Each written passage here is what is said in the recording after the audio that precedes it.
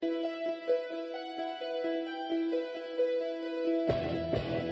following is a proud production presented by the Middle Georgia Sports Network.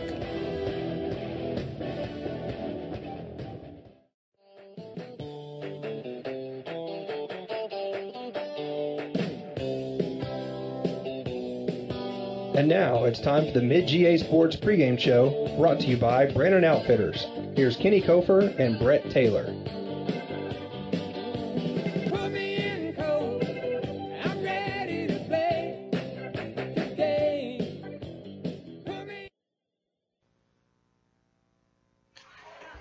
And good evening, everybody. Welcome into the Brandon Outfitters pregame show. I'm Brett Taylor. Alongside me, filling in for Kenny tonight, is Coach Thomas Craig. Thank you, Coach Craig, for filling in for Kenny and helping us out here on the Middle Georgia Sports Network. Thank you guys for having me. Excited to be here tonight. Oh, yeah. Great feeling, even though we might get a little bit of rain is forecasted and coming in a hurry. So we've looked at the radar here. But Westfield will be taking on the Southland Raiders here tonight. And they lost to Southland earlier in the season, 10-0. But I think a lot of the basketball guys, Coach Craig, were still on the hard court or still trying to get over the end of the season from the hard court. And so you might see some of the starters, or most of the starters that weren't in that game, playing here tonight. And hopefully it can be a different outcome for the Westfield Hornets. Yeah. Just from talking to a few of these guys earlier in the day, they're starting to find their groove a little bit, start getting their swing back, their arms back a little bit. So I'm excited to watch these guys tonight. They've worked really hard so far this year, so hopefully we can see a good night of baseball. Yeah, it should be a great night. We'll have very much a similar lineup. We'll go ahead and give you the Planners' first starting lineups here tonight for the Westfield Hornets. And starting at just one second. I got to get back here. These nice technologies confuse me sometimes, Coach Craig. But you've got Austin Burnett will be starting in center field. He'll be leading off.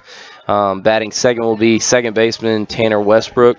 Batting third, playing shortstop. Good to see him back and fully healthy after taking one off the cheek. That will be Cole Brannon. Also playing catcher, number 10, Ryan Fitzpatrick. Aiden Murphy will be batting fifth, and he will be playing third base. Giles Amos will be batting sixth and playing right field.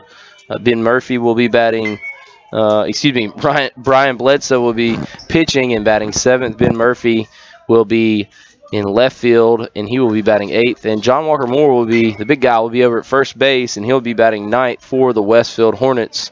And so that's your starting lineup brought to you by Planners First. And Coach Craig, you've see a lot of these guys in the classroom and around school and whatnot. What is their feeling like for this baseball season? Can you speak to that? Do they think they've got a pretty good opportunity in the region and maybe advancing pretty far in state, especially with a lot of the youngsters that they've got, like Cole Brannon and Giles Amos and Ryan Westbrook? You think that they feel pretty confident as the season gets going here? Oh yeah, they know it. They understand it's still young season. Just coming off the hardwood on the basketball court and getting, trying to get in the groove of things, and they feel confident. They're in a very, very, very tough region. But before the region games, they play some good baseball teams. There's a good baseball team in Southland tonight. But just talking to these guys, they feel comfortable. They really like all the guys around them, so that always helps in the game of baseball. Yeah, and it can't hurt also playing for Coach Fitz. He's even though he's got a little bit of fire in his belly, he seems to be a pretty fun-loving, easygoing guy, probably off the diamond, and that probably relaxes the guys a little bit. Now, on the diamond might be a little bit different story, but that's what coaches are supposed to do, sure. get you fired up and ready to go. And hopefully they can play well tonight and maybe get some redemption against the Southland team that, as I said, beat them 10-0. But it's kind of a game that might not be, give you the best indication of how things might go for both of these teams this season. But you spoke a little bit about the region. I know you used to be up at John Milledge. They probably normally have a pretty good baseball program. Very good baseball team there. Justin Mills does a very good job at John Milledge, so they ought to be one of the top teams to beat in the region. And you got Gatewood up there in Eatonton. They would, I assume, would probably be pretty strong. The Augusta teams, that seems to be kind of soccer, baseball, golf, all those kind of things. Seems to be those sports that that area likes to play. And And so it should be the makings of a, like as you said, a very competitive region. I don't know if it can get much tougher than last year's region for Westfield with Tatnall and those guys in there. But, it still probably is going to be pretty tough for the Westfield Hornets. But they've got a lot of talent out here on this baseball diamond, and we saw it last game. They're very speedy, and especially with the first three guys in the lineup, Austin Burnett, Tanner Westbrook, and Cole Brannon, those are guys that can get hits just by putting the ball on the ground and running the ball out, and that's exciting to watch, being able to see some of that running game in baseball. They sure can. I tell you, that number one hitter has got some wheels. I had the joy of coaching that guy, Austin Burnett. He's going to be a superstar, no doubt about that. He can move. Yeah, he's a fire plug or a spark plug. And then Tanner Westbrook always seems, in whatever sport he plays, he seems to be kind of a glue guy.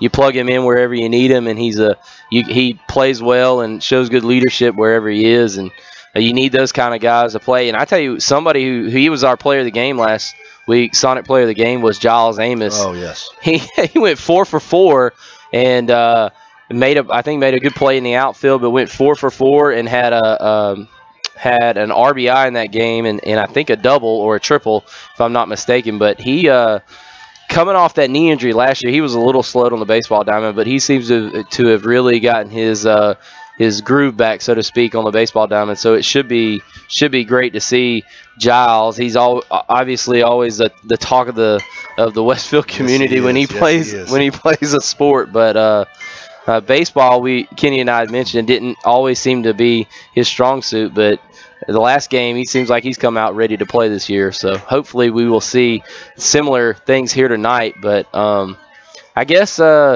you've given us a little bit of insight into the guys or whatnot. Right. Just your first broadcast. You excited, nervous? I tell you, I'm very excited. I've been thinking about this all day. I've talked to Rob about it.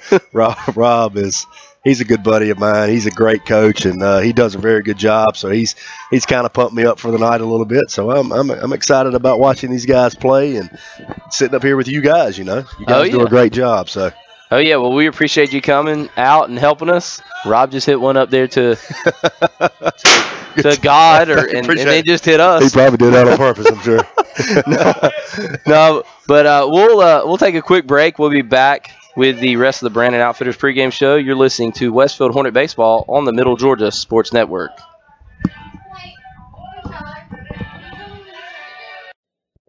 I'm NASCAR driver David Reagan. Our new dealership is now open. We're just off I-75 across from the fairgrounds. Everything's new, from the all-new Mustang to the brand-new Ford F-150. What will never change are the straightforward deals and our no-hassle negotiators. Visit us on the web or stop by David Reagan Ford just off I-75 at exit 134 in Perry. David Reagan Ford, we're the guys in the white hats. Hey, Pete, check this out. Come here, little doggy. Sit. Oh. Sit. You train your little doggy? Yeah, but he's not doing any of his stuff. Shake. Oh, maybe he's grumpy, I mean, it is lunchtime, so. Oh, right, it's lunchtime. It's lunchtime, yeah. Must be it. Little doggy. It's okay. Does it taste good, though? A little dog with a big bite. Little doggies, starting at $1.29. And save room for a molten cake sundae. This is how you Sonic. Once installed, you can't stop it from spreading. Introducing Kudzu from ComSouth, entertainment, media, and communications throughout the entire home from room to room. The ComSouth Kudzu whole home DVR allows you to connect up to 5 TVs, and with the high-speed media gateway, digital cable, HD TV, high-speed internet, and telephone services will spread throughout your house like Kudzu 2. Stop by and learn more at any ComSouth location in Cochran, Hawkinsville, Perry, and Fort Valley, or go to comsouth.net. Well, the news is out. Brandon Outfitters has taken Central Georgia by storm as one of the Mid-State's premier outfitters. Located just off I-75 in Perry, Georgia, Brandon has all of the latest gear for any hunting season or just for a nice night out on the town. They still have all of your favorite brands such as Southern Tide, Mountain Khakis, Southern Marsh, Patagonia, Costa, Orvis, and as always, a huge selection of firearms. Brandon also now features new brands such as Sims, Ray-Ban, Kavu, Chaco, Yeti, and much more. Come check them out at 106 Fairview Drive in Perry. They're sure to make your visit one to remember.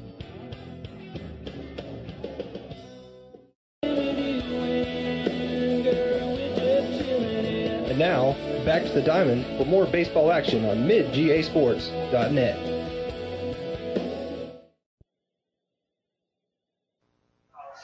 And welcome back to the Brandon Outfitters pregame show into the Hornets' Nest here on the Middle Georgia Sports Network. Again, I'm Brett Taylor. Alongside me, Coach Thomas Craig filling in for Kenny. Kenny's got T-ball practice tonight with his little boy Max Kofer. So Coach Craig doing a good job filling in for us tonight. And he will be actually filling in for Kenny a couple times this season, a couple more times this season. So should be a lot of fun and a good chance to kind of, I guess, relay. I don't know if you're going to be teaching the multimedia class next year or not, but yes. so you're going to be teaching that. They change it on me. You'll be able to relay some of this information to them. But Coach Craig's going to do a great job here for us tonight, and just ready for baseball to get going again. Both of these teams come in. This is early in the season, obviously, and they played each other already. We spoke to that. And Westfield, the last time we saw them here at home, they were able to defeat the Tift area Panthers 12-6 in a game that looked like it was going to get run ruled. And Westfield surrendered a few home runs, actually, and Tift area looked like they might get back in the ballgame, but Westfield kind of shut the door on them. And Cole Brandon came in and did a good job in relief and in closing out the game, and Westfield won.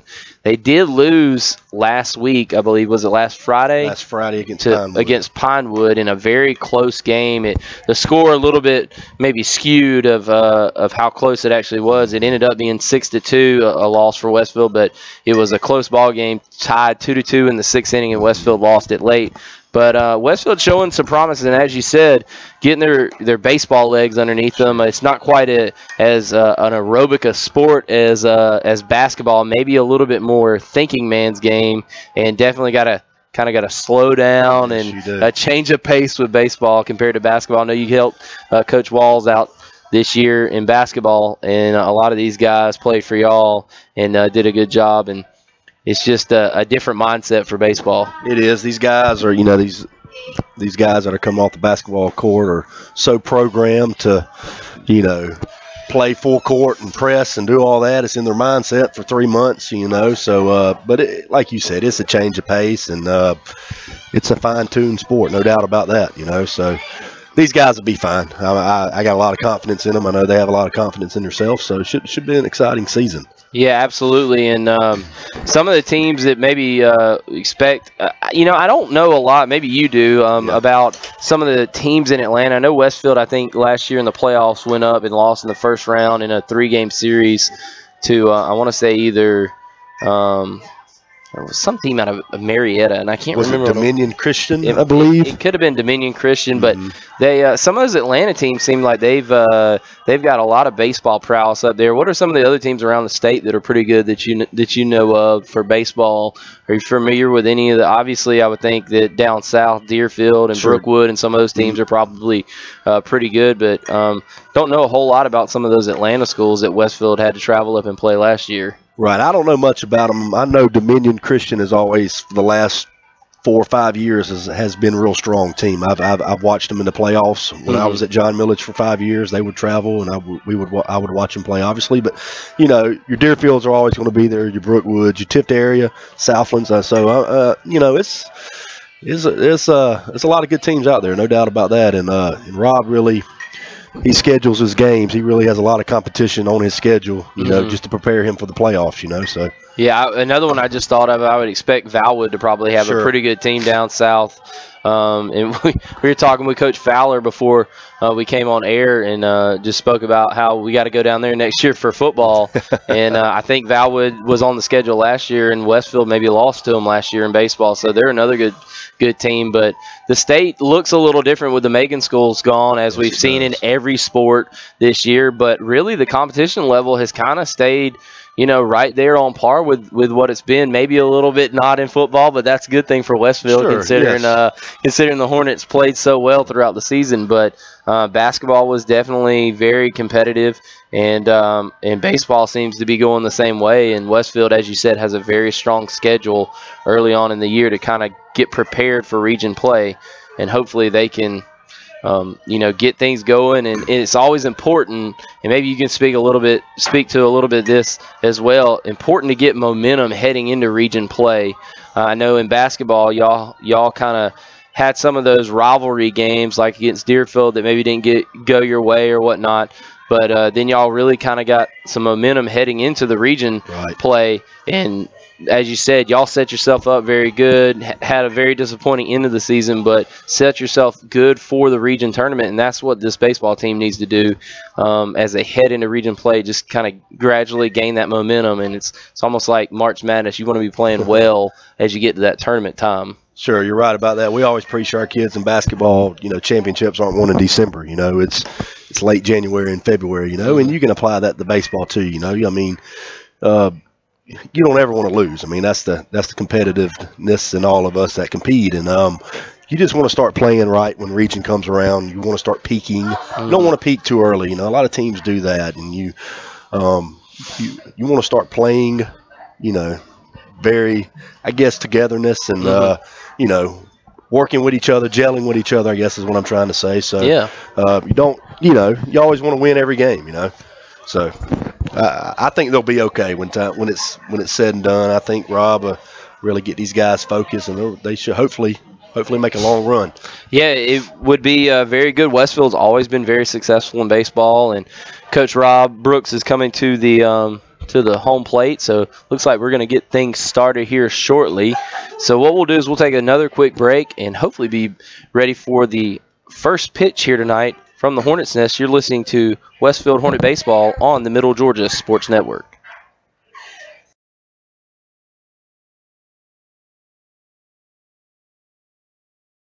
I'm NASCAR driver David Reagan. Our new dealership is now open. We're just off I-75 across from the fairgrounds. Everything's new, from the all-new Mustang to the brand-new Ford F-150. What will never change are the straightforward deals and our no-hassle negotiators.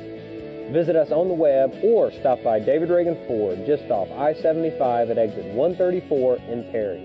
David Reagan Ford, we're the guys in the white hats. Hey, Pete, check this out. Come here, little doggy. Sit. Oh. Sit.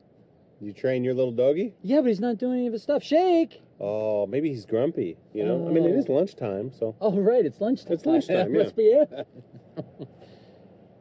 Little doggy. It's okay. Does it taste good, though? A little dog with a big bite. Little doggies starting at $1.29 and save room for a molten cake sundae. This is how you Sonic. Once installed, you can't stop it from spreading. Introducing Kudzu from ComSouth, entertainment, media, and communications throughout the entire home from room to room. The ComSouth Kudzu whole home DVR allows you to connect up to 5 TVs, and with the high-speed media gateway, digital cable, HD TV, high-speed internet, and telephone services will spread throughout your house like Kudzu 2. Stop by and learn more at any ComSouth location in Cochran, Hawkinsville, Perry, and Fort Valley, or go to comsouth.net. Well, the news is out. Brandon Outfitters has taken Central Georgia by storm as one of the Mid-State's premier outfitters. Located just off I-75 in Perry, Georgia, Brandon has all of the latest gear for any hunting season or just for a nice night out on the town. They still have all of your favorite brands such as Southern Tide, Mountain Khakis, Southern Marsh, Patagonia, Costa, Orvis, and as always, a huge selection of firearms. Brandon also now features new brands such as Sims, Ray-Ban, Kavu, Chaco, Yeti, and much more. Come check them out at 106 Fairview Drive in Perry. They're sure to make your visit one to remember.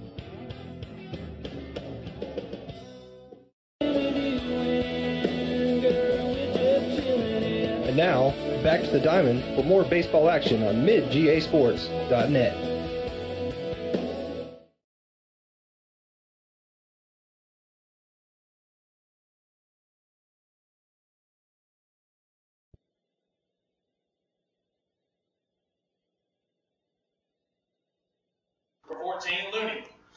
And welcome back into the Hornets Nest. I'm Brett Taylor, alongside me, Coach Thomas Craig, and we're about to get things ready to go here for the Westfield Hornets. Let's go ahead and run down the starting lineup again, brought to you by Planters First. At center, batting first and playing center field will be number 6, Austin Burnett. At second base and batting second, number 1, Tanner Westbrook.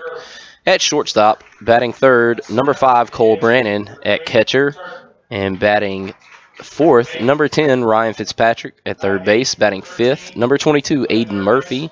Right field, number 15, Giles Amos. He'll be batting sixth. Pitching tonight for Westfield will be Brian Bledsoe, and he is number 9. In left field, Ben Murphy, number 12, and he'll be batting eighth. And batting ninth will be number 24, John Walker Moore, and he'll be playing first base. And so excited to get things kicked off, or not kicked off, but I guess pitched off here. Sure.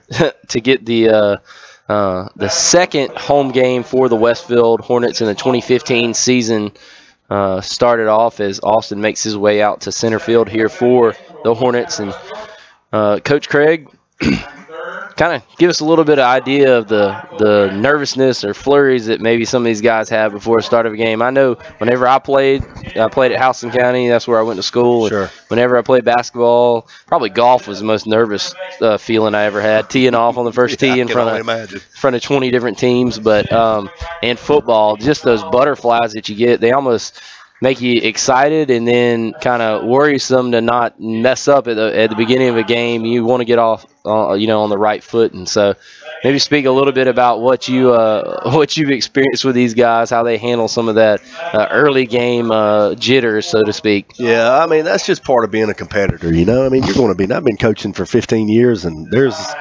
any football game, basketball game, whatever, I get nervous. That's just me. That's how I'm programmed, so to speak. But these guys always have a little bit of nervousness, just the edge of competing and all that. So, it's good butterflies. It's good butterflies to have, and that's a good thing. Yeah, absolutely.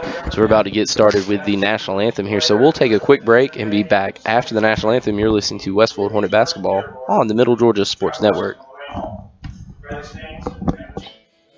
For David Reagan, our new dealership is now open. We're just off I-75 across from the fairgrounds. Everything's new, from the all-new Mustang to the brand-new Ford F-150. What will never change are the straightforward deals and our no-hassle negotiators. Visit us on the web or stop by David Reagan Ford just off I-75 at exit 134 in Perry. David Reagan Ford, we're the guys in the white hats. Hey, Pete, check this out. Come here, little doggy. Sit. Oh.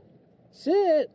You train your little doggy? Yeah, but he's not doing any of his stuff. Shake. Oh, maybe he's grumpy, I mean, it is lunchtime, so. Oh, right, it's lunchtime. It's lunchtime, yeah. Must be it.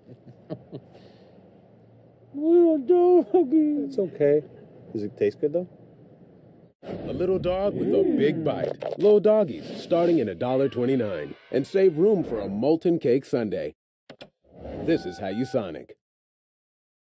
Once installed, you can't stop it from spreading. Introducing Kudzu from ComSouth, entertainment, media, and communications throughout the entire home from room to room. The ComSouth Kudzu whole home DVR allows you to connect up to 5 TVs, and with the high-speed media gateway, digital cable, HD TV, high-speed internet, and telephone services will spread throughout your house like Kudzu 2. Stop by and learn more at any ComSouth location in Cochran, Hawkinsville, Perry, and Fort Valley, or go to comsouth.net. Well, the news is out. Brandon Outfitters has taken Central Georgia by storm as one of the Mid-State's premier outfitters. Located just off I-75 in Perry, Georgia, Brandon has all of the latest gear for any hunting season or just for a nice night out on the town. They still have all of your favorite brands such as Southern Tide, Mountain Khakis, Southern Marsh, Patagonia, Costa, Orvis, and as always, a huge selection of firearms. Brandon also now features new brands such as Sims, Ray-Ban, Kavu, Chaco, Yeti, and much more. Come check them out at 106 Fairview Drive in Perry. They're sure to make your visit one to remember. And now, back to the diamond for more baseball action on midgasports.net.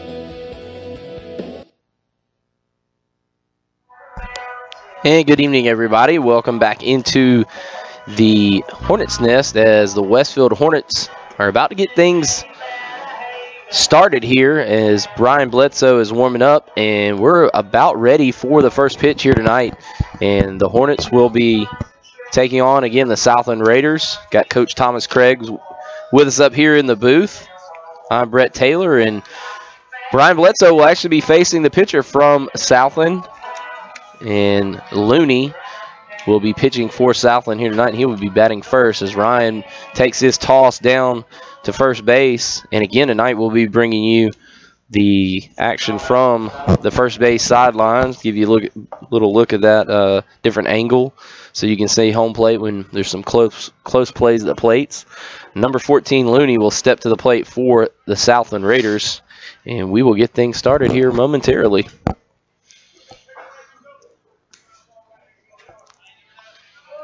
Bledsoe in the wind. And he pitches, and a swing and a miss by Looney, strike one. Good looking pitch right there from Bledsoe to start the game. Always want to throw strikes and kind of get the opposing team to put the ball in play, let your defense work. No doubt. He really looked good on that first pitch. Second pitch didn't look too bad either right there.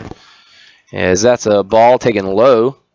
So actually number 14, Lowry, is hitting for the Southland Raiders.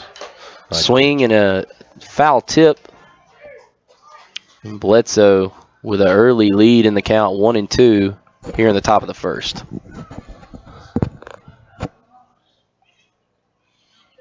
I tell you what, this Game Changer app is amazing. As the ball is skied to second base, Tanner Westbrook has a bead under it, and he will record the first out for Westfield.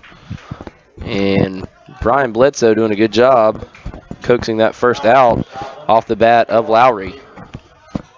Yeah, it looked like he ran one inside on him right then a little bit. It's a nice pitch by Mr. Bledsoe. Absolutely. He went away, and then, as you said, came back to the inside. Here's a pitch to number 4 for Southland, and that goes for a strike.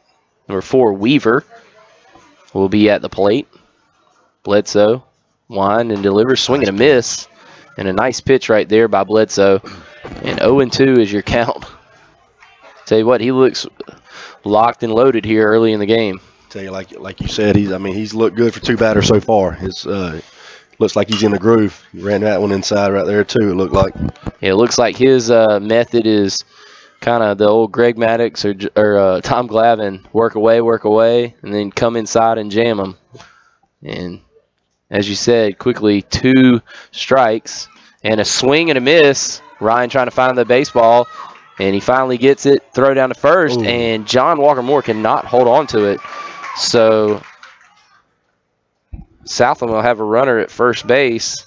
Looked like the official actually kind of got in the way a little bit there as Ryan tried to find the baseball. I think Ryan's nicked up a little bit too. He was hunched over.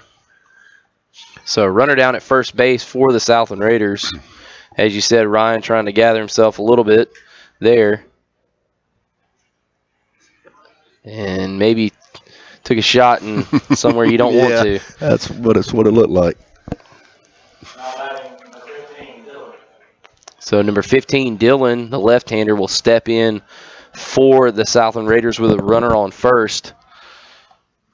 And again, a strikeout there is recorded for the Westfield Hornets, but the batter will reach on the, I guess you'd call it a pass ball on Ryan. Yeah, it looked like that ball got tied up between the umpire's legs, and Ryan was trying to move him. He just couldn't get to the ball, it looked like. Yeah, that's a tough play. As you said, I don't think the umpire realized where it was either. Now, Coach Fitz coming out and trying to check and maybe see if Ryan's okay. Maybe get him a couple of throws in, trying to gather himself a little bit. Good job of coaching right there, coming in and helping your son and player out. That's an interesting dynamic, which I've actually had because my dad coached me in middle school, so always fun to play for your dad. Oh, yeah. As Dillon takes a ball wide outside. So 0-1 your count with a runner on first base. Westfield is in the top of the first here. 0-2 your count now as the ball misses outside again. And Bledsoe maybe having a little trouble overcoming that strikeout that didn't end in an out, but needs to just settle down and try to find that groove. Yeah, he just needs to put the ball in play, let his defense do the job for him. You know, he got solid guys behind him. Let those guys take care of his business for him. Absolutely. As 0-3, or excuse me, 3-0 your count. Ball is out wide, and that'll be a walk. So first base on balls for Bledsoe here tonight. 2 runners on for the Southland Raiders. And coming to bat will be number 18 for the Southland Raiders. I believe his name was Roman. Bledsoe rocks and fires. Good stop right there by Ryan Fitzpatrick. A solid block right there by Ryan. Kept the runner from advancing right there.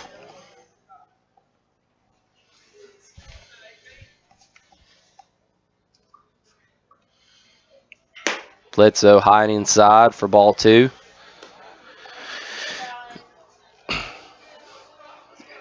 And quickly things have kind of changed for Bledsoe. It looked like he was going to cruise through the first inning, and after 2 strikeouts, the ball got away from Ryan. And that ball is popped up on the third base side of things. Aiden Murphy gives chase. He's not going to be able to find it, so it'll be 2-1. But things turned around for Bledsoe when Ryan wasn't able to come up with the ball low after a swing and a miss and a strikeout, and runner reached first. I believe that was Weaver. And now a walk and a 2-1 count here to Roman, and Westfield trying to get out of a jam. Ball low. Now it's 3-1. In danger of walking and forcing the bases loaded here early in the top of the first inning. Ryan has the ball blistered back up the middle. Austin Burnett comes up with it and will throw the ball home. Play at the plate, and the ball goes away from Ryan Fitzpatrick, and scoring will be Weaver from second. Looked like their guy on second base got caught up, didn't get a sign from the third base coach, and he was kind of a little hesitant. Almost had a nice little play at the plate right there. But yeah, good throw right there by Austin, maybe a little bit up the third base line, and runner still on first and second with 1 out. And coming to bat is number 7, McDonald. Good pitch right there to try to come back. Strike for Bledsoe. 0-1 your count. Southland's on top 1-0. Westfield trails here early. Swing and a miss right there by McDonald. And 0-2 now your count. So Bledsoe finding himself yet again. He's bowed his neck on his last 2 pitches right there. Let's see what he does with this next one. Oh, and nice a strikeout. Good job right there by Bledsoe. As you said, bowing his neck, coming back and fighting back and getting the strikeout there. And hopefully he can leave some runners stranded out there on first and second if he can get number 9 out here for the Southland Raiders. Ball outside. So 1-0 your count. Tell you what, Ryan has been all over the plate. That's a nice block right there. Number 9, Gurley batting. Yeah, great block right there by Ryan. A base hit by Gurley to left field. Good pickup and going to hold the runner. Great job right there outfield by Murphy. Tracking down the baseball. Now the bases are loaded. Nice hit from Gurley, but a good job in the outfield holding that runner at third base, and now the bases are loaded. That's a nice job by Aiden on the cutoff right there, and just a super job right there. Hopefully we can get this guy out right here with no more damage. So bases are loaded with 2 outs, top of the first. Southland on top 1-0. And it's like we got a courtesy runner right here. Brian Bledsoe trying to work out of a jam here. Number 10 coming in the game. I guess he needs a lucky glove or something, not sure. But nonetheless, Westfield trails 1-0 after some good work by Brian Bledsoe early. A strike right there to number 3, Turton, who's at bat. He's a righty. Brian Bledsoe trying to get out of a jam here with the bases loaded, 2 outs. Ball a little outside, 1-1 is your count. And as you can hear, Coach Craig wanted that one. I thought that one might have caught the corner right there, outside the corner. That was close. Hit out to center field. Austin Burnett has a beat on it. And Westfield will go to the bottom half of the first inning, trailing 1-0 as Southland strands 3, but picks up 1 run. You're listening to Westfield Hornet Baseball here on the Middle Georgia Sports Network. Hey, Pete, check this out. Come here, little doggy. Sit. Oh, Sit. you train your little doggy? Yeah, but he's not doing any of his stuff. Shake. Oh, maybe he's grumpy. You know, I mean, it is lunchtime, so. Oh, right, it's lunchtime. It's lunchtime, yeah. Must be it. Little doggy. It's okay. Does it taste good, though? A little dog with a big bite. Little doggies, starting at $1.29. And save room for a molten cake sundae. This is how you Sonic.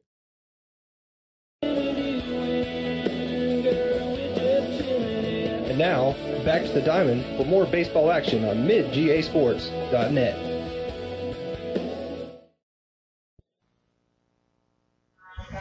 And welcome back into the Hornets' Nest. And Westfield trails again 1-0 here to start the game. Go to the bottom half of the first inning. Westfield down 1-0, and a good job right there, Coach Craig of Bledsoe, getting out of a jam with the bases loaded. And Westfield now gets a chance to come back and maybe do some damage of their own. Yeah, he started off looked very good on the first batter, and then had a little mishap with Ryan and the umpire trying to get to the ball or whatever. But he showed a lot, bowing his neck right there and getting out of the inning with only 1 run. So starting tonight for Westfield, leading off will be Austin Burnett, then Tanner Westbrook, number 1, and Cole Brannon. So 3 guys at the top of your lineup that really give you a good opportunity to try to get things started here in the bottom of the first half. Excuse me, bottom of the first inning. Still stuck in basketball season. Like you said, a lot of speed. You said early on, a lot of speed at the top of that lineup. So let's see if these guys can get on the bases and do some damage tonight. Absolutely, and that's what Austin wants to do to start off. And then you got Tanner and Cole coming up after him. So if you can get that leadoff guy on any way you can. Pitch on the way, and strike to start things off.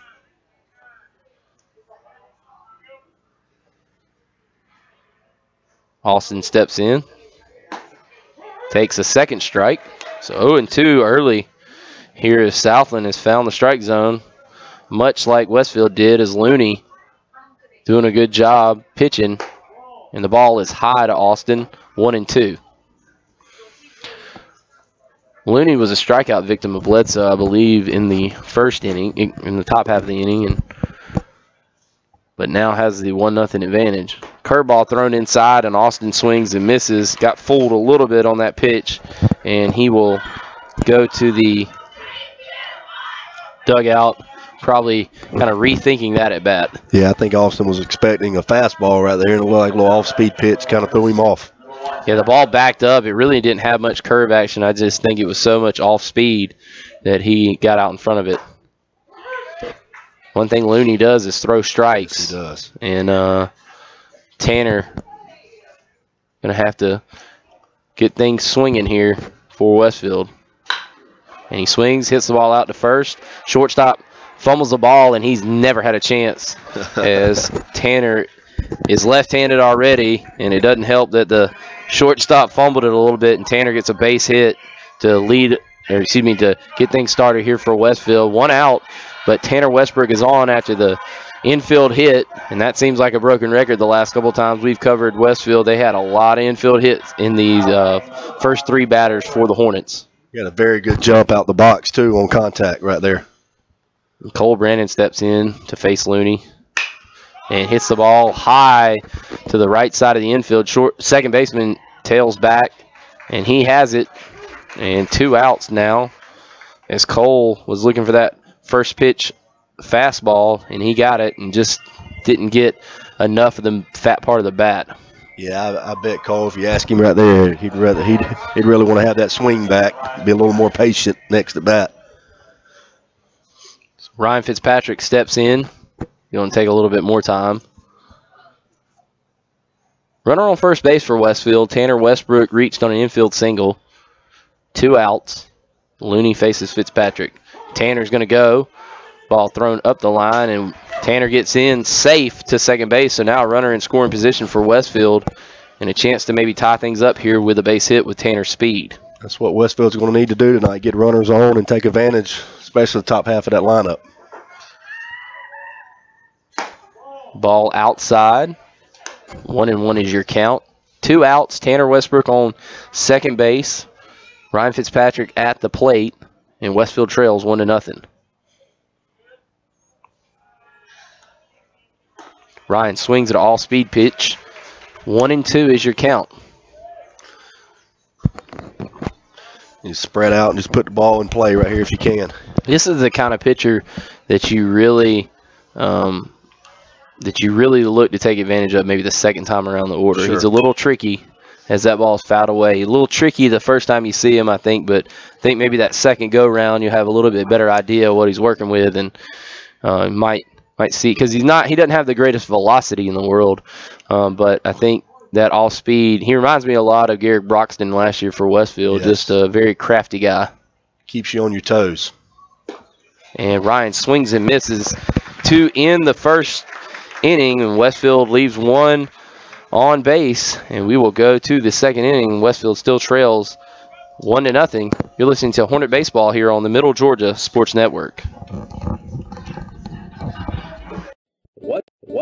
Once installed, you can't stop it from spreading. Introducing Kudzu from ComSouth, entertainment, media, and communications throughout the entire home from room to room. The ComSouth Kudzu whole home DVR allows you to connect up to 5 TVs, and with the high-speed media gateway, digital cable, HD TV, high-speed internet, and telephone services will spread throughout your house like Kudzu 2. Stop by and learn more at any ComSouth location in Cochran, Hawkinsville, Perry, and Fort Valley, or go to comsouth.net. And now, back to the diamond for more Westfield varsity baseball action on midgasports.net.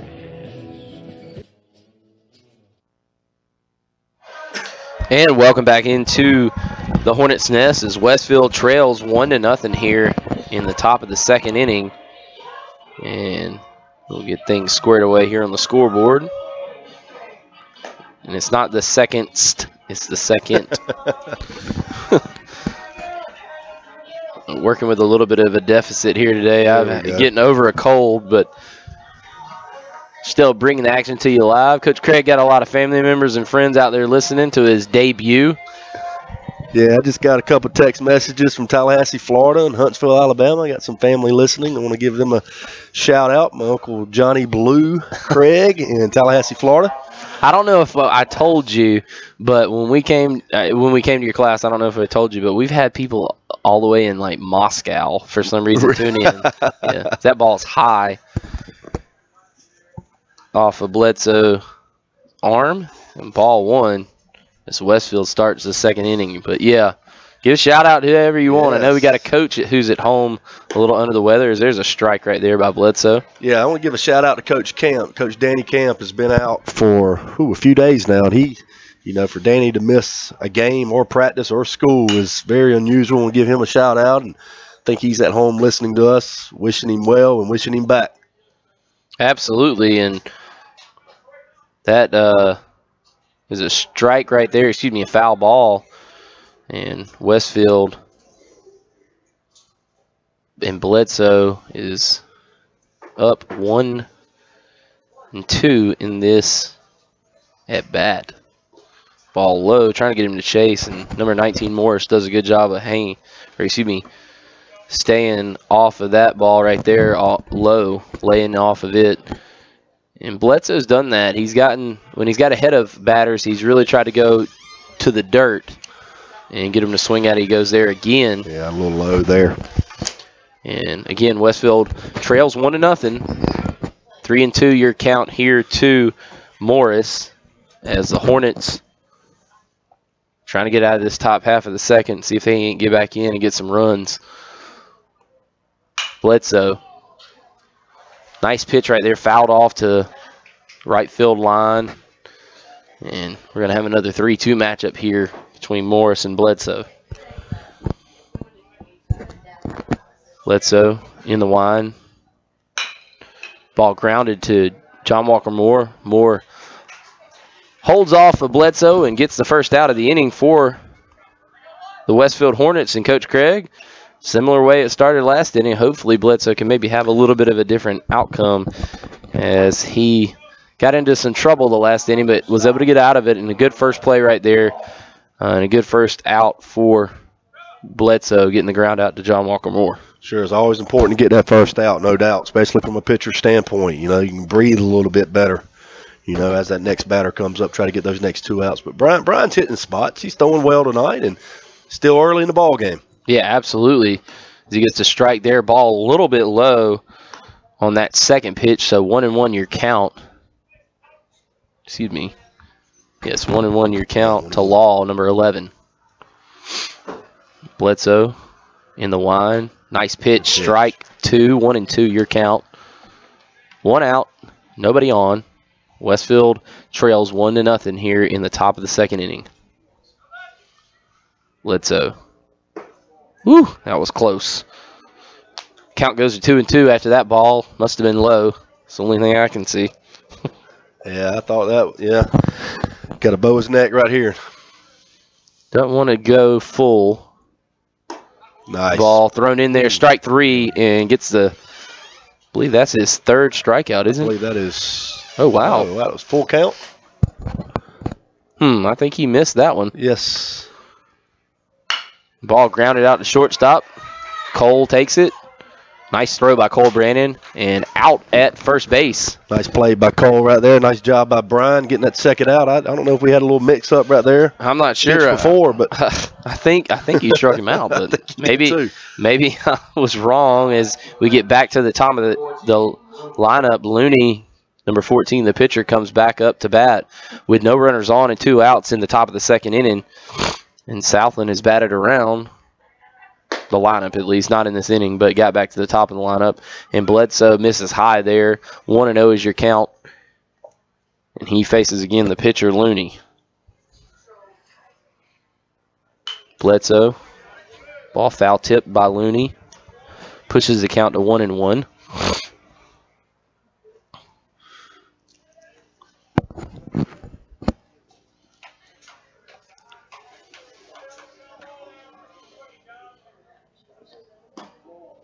Low inside, ball 2. 2-1.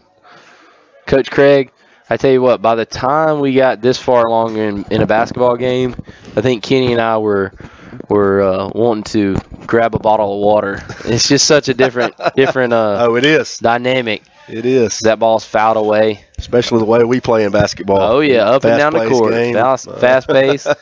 Feel like my tongue's going to fall out. I can only imagine. But it's fun. It gets hot, but it is fun. It's one of those sports you're so close to the action. That ball is popped up, and Giles is going to give chase, but I don't think even Giles is tall enough to grab that one. I don't think so either. 2-2. We do appreciate what you guys do. You guys do a great job in football also and in basketball. We love it. We're the good luck charm, I think, in football. Well, you guys stay around. So hopefully we make a chase at another one.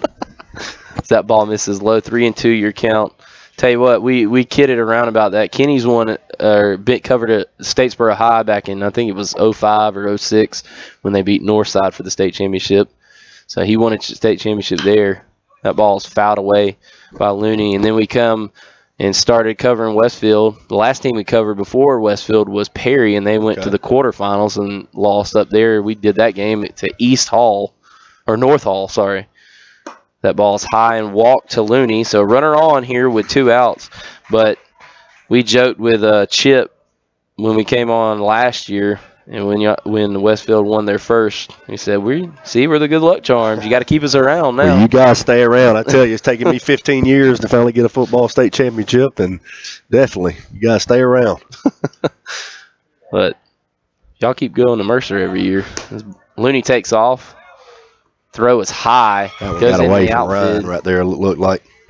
Ryan maybe rushed it a little bit. I think a good throw probably gets Looney right there, even a decent throw, because Ryan has enough arm. I think sometimes Ryan just gets a little bit in a hurry, but that's to be expected at the catcher position. You want to get out of that shoot and throw down there and see if you can't get them. That's just going to come with a lot of reps for Ryan, a lot of practice at that. Ball inside, 2-0 your count. Runner at second base, Looney. At the plate is Weaver, number 4. Now, he was your strikeout victim in the first inning, and the ball got away from Ryan, and he reached on the strikeout and pass ball. And Weaver hits the ball out to center field. Austin dives and not going to get it. And runner's going to come in to score. And ball. Runner stops, does Weaver at second base as Austin Burnett dove out there in center field and just not able to come up with it. Tell you what, that's just the kind of athlete Austin is. He's going to give you everything he has, and that motor never stops, and it's a heck of a try for it. He looks like he's a little shaken up out there, but he'll be okay. So Westfield trails 2-0 now with a runner at second base, Weaver. And now facing Bledsoe will be number 15, I believe, and that's Dylan, I think. There's timeout here. Coach is going to talk it over with his hitter. Ryan's going to go out to see Bledsoe. And Looney's at second base. Weaver's at second base after the nice hit. Dillard is at the bat for Southland, number 15. 1-0 your count. Southland on top 2-0. Bledsoe in the stretch. Pitch must have been low for ball 2.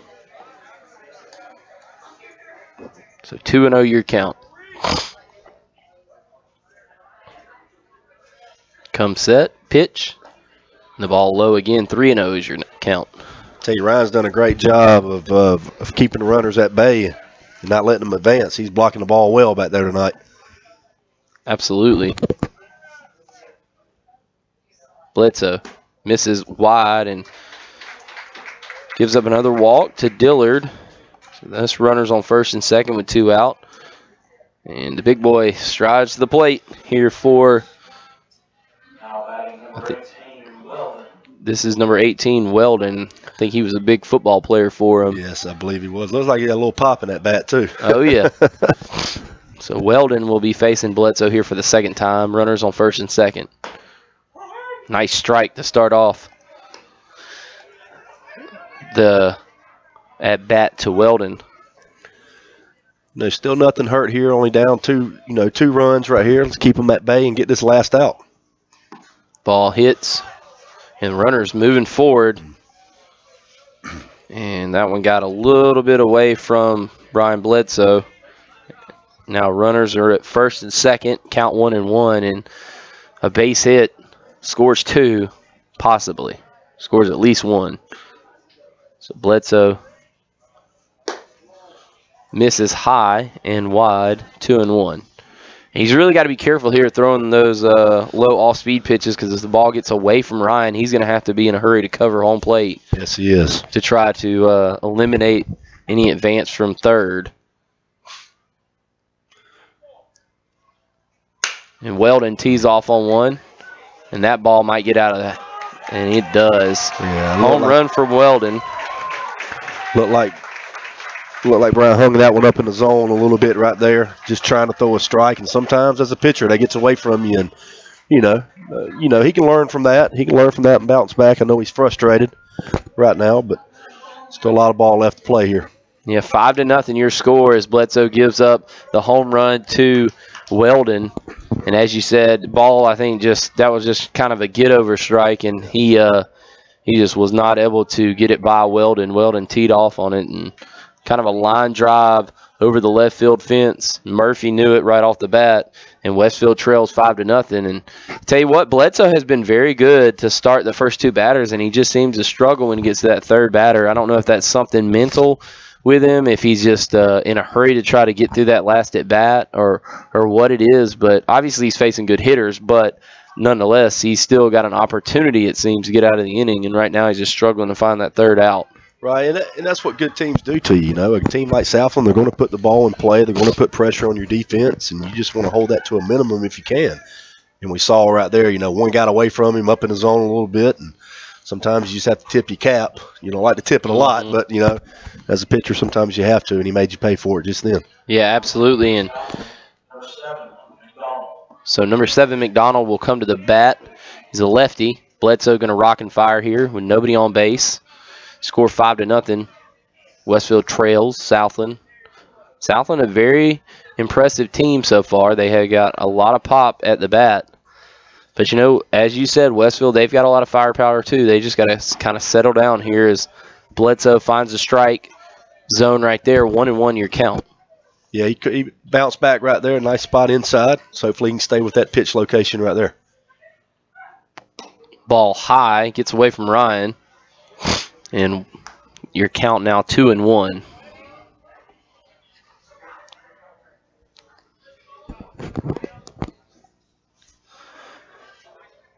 Two and 1 your count. Bledsoe. Ball outside. And 3-1 your count now here to McDonald. Just got to work down in the zone right here. Brian, don't want to hang another one up right here. As the ball is low, and McDonald will reach base for the first time tonight. He struck out the last time, and now at bat will be Gurley.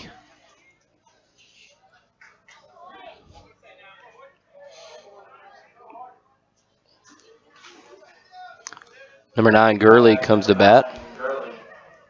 With a runner on first base, 2 outs. And this has been a very long inning for Bledsoe. As I said, it started out very promising. And Gurley's going to pop the ball up. It's going to be Bledsoe who makes the catch. So Westfield gets out of the inning with no further damage, but the big home run by Weldon. And Southland strands 1, but scores 3 runs here in the top of the second.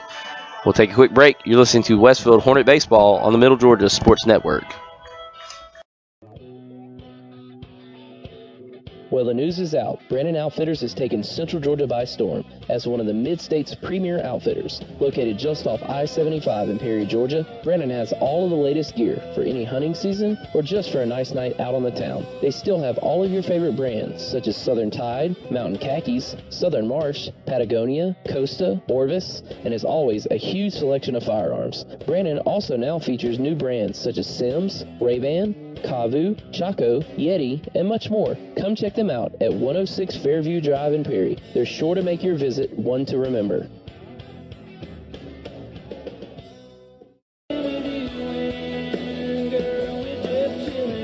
And now, back to the diamond for more baseball action on Mid-GA Sports.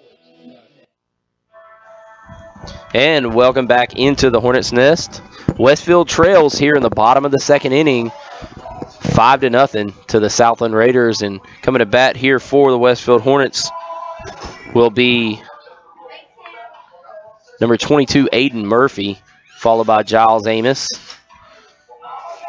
in the on-deck circle. So your 5 and 6 hitters will be leading off here to start the second inning. And hopefully Aiden can get things going here for the Westfield Hornets and get a big hit and get on base and see if they can't get things going here for the Hornets. Yeah, still a lot of pop in this lineup from top to bottom right here. Just get some guys on base, put the ball in play. And as you said, I mean, still a lot of baseball left to be played. You've got, let's see, how many innings? You've got 6 at bats left. Yep. And 5 runs to overcome. And if you can figure out how to get that third out in the top half of the inning before any runs get across, tell you what, Brian Bledsoe has been very good on those first 2 outs. As Aiden Murphy comes to bat, facing number 14, Looney, and takes a ball to start this at bat. 1-0 your count. Aiden hits the ball to left field. Shortstop tracking it. Almost lost the ball. Had to catch it over the shoulder on his left side and records the out. Probably should have let the left fielder get that one. That was kind of, he almost did a 360 out there in the outfield, but, got the out though. So he comes away with it. Now at bat is Giles Amos, number 15. And Bledsoe will be on deck. Ball way outside. And Westfield's they need to make Looney work a little bit if they're going to get back into the fray here. It's 5-0 your score, but they've really been teeing off on early balls, and they need to make him work. See, evens the count here. In the counts, make them work a little more, like you said, and you know, just try to put the ball in play. Good things happen when you put it in play. 1-1 your count. Ball's popped up right there by Giles, and the catcher makes the out right there for the Southland Raiders. And coming to the plate will be Brian Bledsoe with 2 outs. Yeah, Giles a little frustrated right there on that pitch. Got him jammed, popped it straight up. No, wish he had that at bat back. 5-0 your score. Brian Bledsoe at the plate facing Looney. And a nice strike right there by Looney. I tell you what, he just finds the strike zone, does a good job of finding the plate. And right now, Westfield can't line off on anything. Brian Bledsoe, dribbler out to shortstop. Shortstop makes the play, and it's going to be safe at first. Good job right there of Bledsoe hustling down the line, and he beats the throw from the shortstop. Brian helping his own calls right there by getting on good wheels down the line. Should be an infield single. Yep. And now at bat will be number 12, Murphy.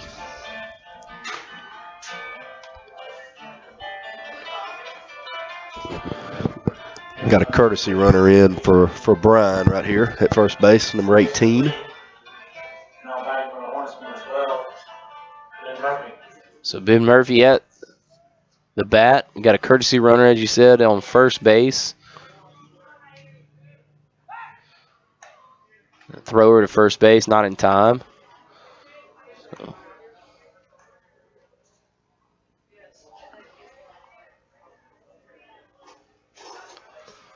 Looney comes set, throws inside. Ooh, strike right there. Wow. It looked like it was inside, almost hit Ben Murphy in the right knee. It had been backed off the plate a little bit on that one. An 0-1 your count. Guess you get the benefit of the doubt when you found the plate most of the night. Yeah, I believe so.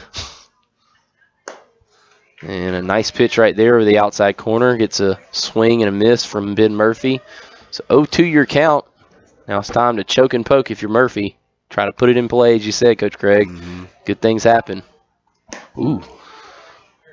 Or take it in your ear hole. Goodness gracious. Murphy not happy about that.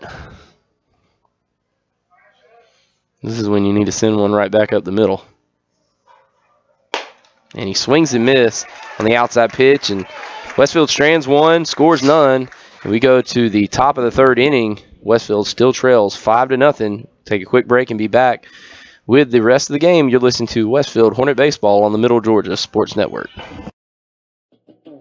Set your own banking hours with Planners First Online Banking. Planners First Online Banking allows you to connect and access your bank accounts 24/7. For those that are always on the go, you can check your balances, pay your bills, transfer funds anytime and anywhere you have internet access. Let Planners First Online Banking make your life a little easier. Planners First, a legacy of excellence since 1896. Member FDIC, an equal housing lender.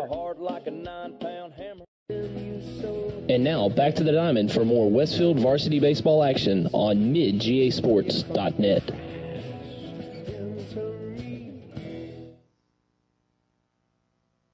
Oh, yeah. Making sure now.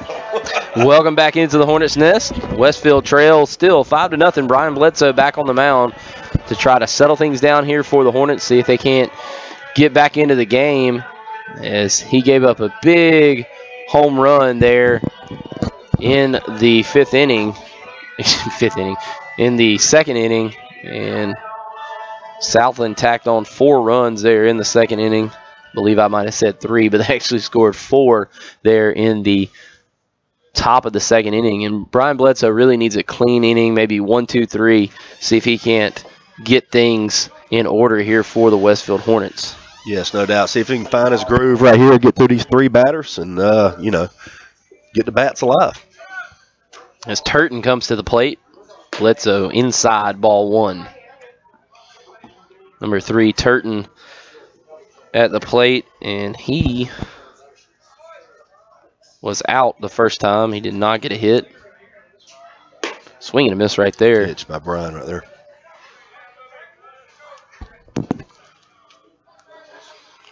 So right now, for Westfield, Bledsoe's pitched 2 innings. That ball's popped up. Cole's going to have to make a one-handed play, and he does, but he throws the ball away from John Walker Moore. Got a chance to get him at second base, though, and he does. Oh, man. Wow. They called him safe. I think the high throw got him, but I still think he might have got got it down, but whew, I thought he was going to be dead to rights at second base. John Walker Moore did a good job, just couldn't get the throw down low enough. That ball was a weird little squibber off the bat. Yeah, it looks like it had a little spin to it. Heck of a play by Cole just to get there and, just threw it off a little balance. But, I thought we had him at second base right there, but the umpire saw it other ways. As Morris comes to bat here for Southland. Ooh, and he is hit by pitch, and he will go to first base. And wondering if we might see Coach Fitz here coming out to settle down Brian. 2 runners on, no one out here in the top of the 3rd inning. And so far, Bledsoe, he's got 2 strikeouts. He's given up 4 earned runs, 4 hits on the day. That'll be the 5th, I think. This hadn't updated since then. But he's walked 4, and now it hits Batman, hit by pitch, which adds to basically your walk total, so almost 5. So faking the bunt right there was number 11 from Southland. Even up 5 runs. Southland still trying to play a little small ball right there and advance the runners over. Ball popped up. Good inside pitch right there. Hey, if you can throw a high strike to a bunting sacrifice bunter and make it hard on him to try to get it down, maybe you can get a double play, pop up, and a tag out. That's exactly what you want to do in that situation, running in on him when he's showing bunt. And he bunts it high again over Ryan, and if he bunts it again foul on this 3rd attempt, he will be out. Yes. And that's what you want. Again, throw it maybe a little bit high in the strike zone and force him to get his hands on top of the ball. I'm sure that's what Coach Camp, he teaches those guys, show bunt, running inside on him right there, and he's done that the last 2 times. And ball is thrown low and swung at, and a good pitch right there by Bledsoe. Gets the strikeout swinging. And if he can maybe get a line drive, double play, or maybe a 5-6-3 double play, something like that to get out of this inning, that'd be a great confidence boost. The ball is almost caught off the glove of Tanner Westbrook. Nice hit right there. Austin's going to cut it off. Runner's going to score from second, and Westfield gives up another run, but almost caught right there by Tanner. And I tell you what, that was close, Coach. Just over the glove right there. Great effort by Tanner, and just couldn't come up with it. And looks like he got off the ground pretty high right there after that ball. Yeah, he got about as high as he could get.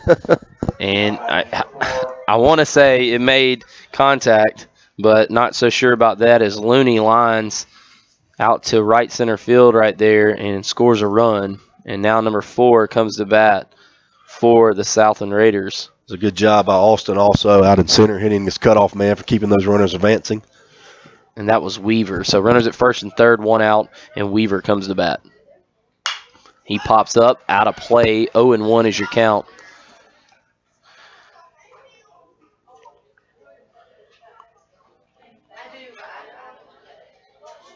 So 0-1 your count.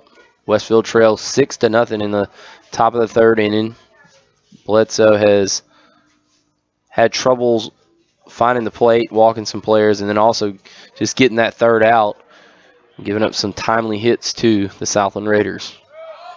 As the runner goes, Ryan makes a nice throw, and he's out. Great job right there by Ryan, and a good throw, and he settled down right there, and as you said, made a good throw, and the tag out by Cole, a good job of just completing it all the way around. Tell you what, Ryan come out of his stance right there and fire that one down right on line. It's a big 2nd out for the Hornets. So 2 outs, a runner on 3rd base, and Brian Bledsoe has a ball in this count to Weaver as Looney was thrown out from first trying to steal second, Running from third did not. And that was a good job by Cole. He came to the front of the bag expecting the runner to come home, and then he was still able to get to the tag. That just shows you the confidence that Coach Fitzpatrick has in his catcher, who has a great arm. You know, most coaches, when a runner on third like that, will not throw the ball down. No, you're right about that. And the thing is, we'll talk about that. Ball 3. Ryan's had some troubles, but as you said, he's not exactly into baseball mode just yet. He hadn't gotten the reps that he's needed. But, you know, you put Cole right there in a good target and a little bit shorter. As you said, it makes it a little bit easier as that ball's fouled off by Weaver. And he had some confidence in him. They obviously had that play on. That was a play called from the dugout with runners on first and third. Cole comes in the front of the bag, kind of closest to the grass, and still able to get to the tag. A great throw by Ryan.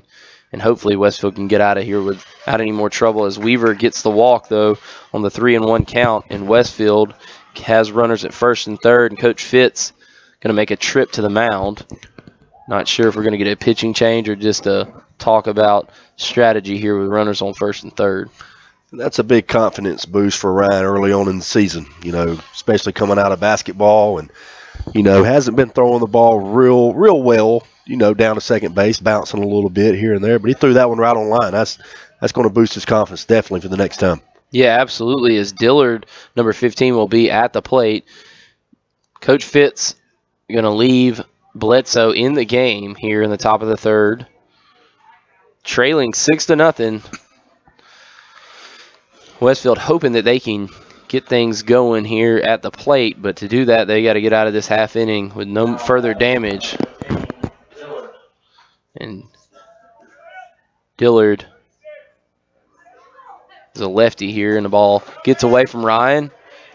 And Ryan does a good job, gets it quickly, holds the runner at third, but the runner at second, or excuse me, the runner at first advances down to second, and now runners both in scoring position at second and third.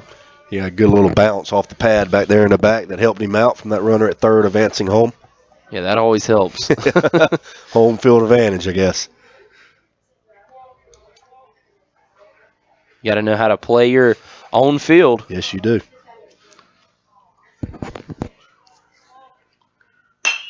So the ball is popped up to left field. Ben Murphy fading back, and he makes the catch and the third out, and Westfield gets out of the inning with only giving up one run. Southland strands 2, and we head to the bottom half of the third inning. Westfield trails 6-0, and the Hornets will be due up there in the bottom half. You're listening to Westfield Hornet Baseball on the Middle Georgia Sports Network. On the athletic field and in the classroom, students at the Westfield School are preparing to meet the challenging demands of the 21st century. Our dedicated faculty teaches and inspires students from pre-K to 12th grade to think critically and learn globally, preparing our students for college in a Christian environment that has been the Westfield mission for more than 44 years. And our students excel. From football to chorus, art to tennis, and basketball to debate, Westfield students aspire to be champions. It's the Westfield experience. To learn more about the Westfield School, visit our website, westfieldschool.org, or call our admissions office at 987-0547. The Westfield School, ready for college, ready for life. And now, back to the diamond for more Westfield varsity baseball action on midgasports.net. And welcome back here to the Hornets' Nest. Westfield trails 6-0, and Coach Fowler, Coach Craig, and myself having a little conversation there during the break about hits. And we're giving 2 hits to Westfield. They're not getting no hit tonight because I tell you what, Major League Baseball, they give a hit away to anything. Yes, they do. And those guys, great effort of running the hit out, no bobble involved, just the infield hit. But I like Coach Fowler's mentality, a little bit of old school.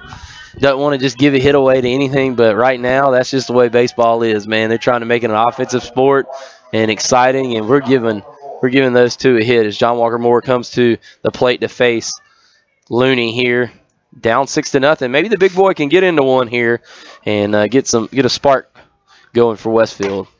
Strike 2. He looks like he's staying away from him right there. Don't want to run one in on him.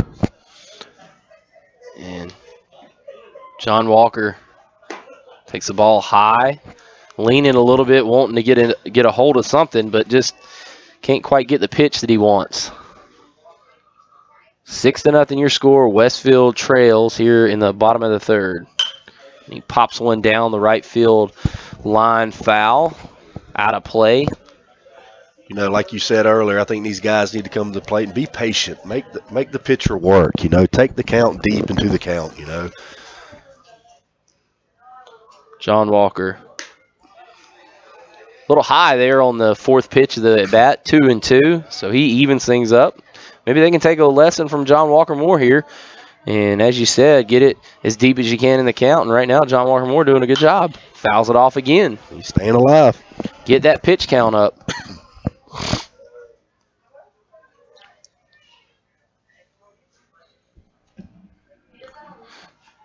And here is the 2-2 pitch. Curveball. And that almost hit him. And they're going to give him the first base. He's like, come on, that hit me. He showed it to him. That's a big base runner for the Hornets right there starting the inning. It's a hard target to miss. Yes, it is. Yes, it is. And probably one of the funniest guys we saw in the student section during baseball or basketball season. I don't know if you noticed. I'm sure you're probably in the zone with Coach Walls. But Mr. Carroll had to go sit by Mr. Moore over there at first base a couple times, him getting into the game. Of course, I'm sure he had some help egging him on. As Austin bunts the ball down first base, it's going to go foul. Yeah, I tell you, just knowing John Walker, he's a funny guy. I'm sure he had a few guys in the stands egging him on. I don't think it was anything. I don't think it was anything bad. No. I think Mr. Carroll just wanted him to calm down a little bit. He made him come over and sit by him one time, and we just started laughing. It was like pictorial you see from a comic strip. Yes. This big, tall guy sitting with Mr. Carroll. Next to Mr. Carroll. Oh, man. Austin Burnett trying to get the bunt down. John Walker Moore caught in between, and the ball gets away, and John Walker Moore is going to get a stolen base. Woo. We got away with one there.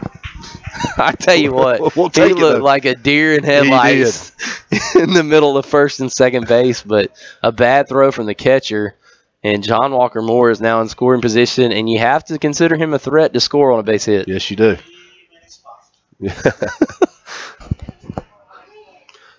Is Austin 1-1 is your count to Burnett. And the ball gets away, and John Walker Moore is going to take third. Goodness gracious. And he might lead the team in stolen bases now. Tell you what, that's what the Hornets need to do. Just try to peck back in this thing. You don't need to get it all in one inning. Just every inning. Just chop wood and get back in this thing. As John Walker Moore got hit by a pitch, got caught in between first and second, and advanced on a bad throw down to first by the catcher, and then a bad pitch gets all the way to third. So 2-2 now your count after the strike pitch to Austin Burnett. And Austin just needs to put the ball in play, as you said, and try to get down the line.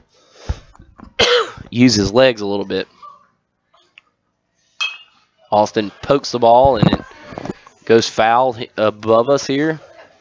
Tell you what, something we've done better this inning. We are taking these counts deeper and deeper, and pitch count is rising. That's what we need to do. Absolutely. As you said, work it and work it and work it some more. And Austin does a good job fighting it off again. The more you work that count, the more pitches you put on that arm of his, the tireder he's going to get. Sure. The more tired, however you English majors say that.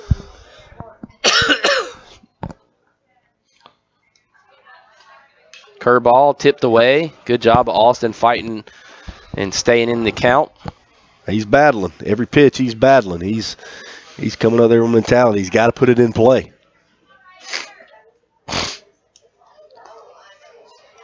Austin's a fiery guy. He's one of those guys that you want to go to battle with because you know he's going to bring it. No doubt. And he pops one out there to right field. Right fielder is having a little bit of trouble, almost loses it. And I think John Walker Moore is going to stay at third. He's not going to tag. And that's going to be the first out of the inning here for Westfield. You know, good or bad by Austin, not the swing you probably wanted. Work the count deep right there. That's what you got to do every at bat. But as you said, that may pay dividends later on down the road with Looney pitching so well. you put more pitches on that arm, even though you flew out, you still put pitches on that arm, and that could bode well later on down the road. It's only the third inning, so Tanner takes a strike on the first pitch. That ball looked like it might have it looked like it tailed a little bit right there at the end, but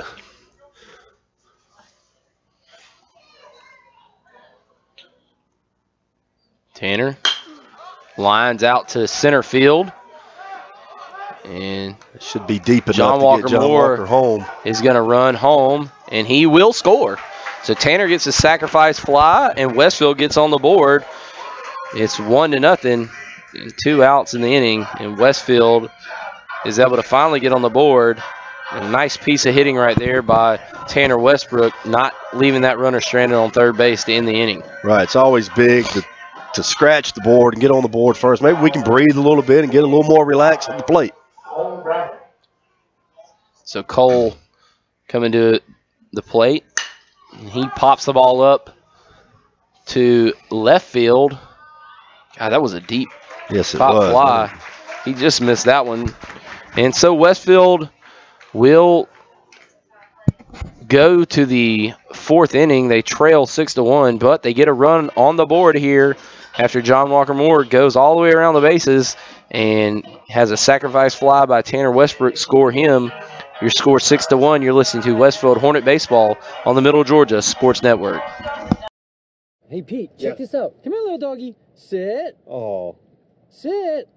You train your little doggy? Yeah, but he's not doing any of his stuff. Shake. Oh, maybe he's grumpy, you know? I mean, it is lunchtime, so. Oh, right, it's lunchtime. It's lunchtime, yeah. Must be it. Little doggy. It's okay. Does it taste good, though?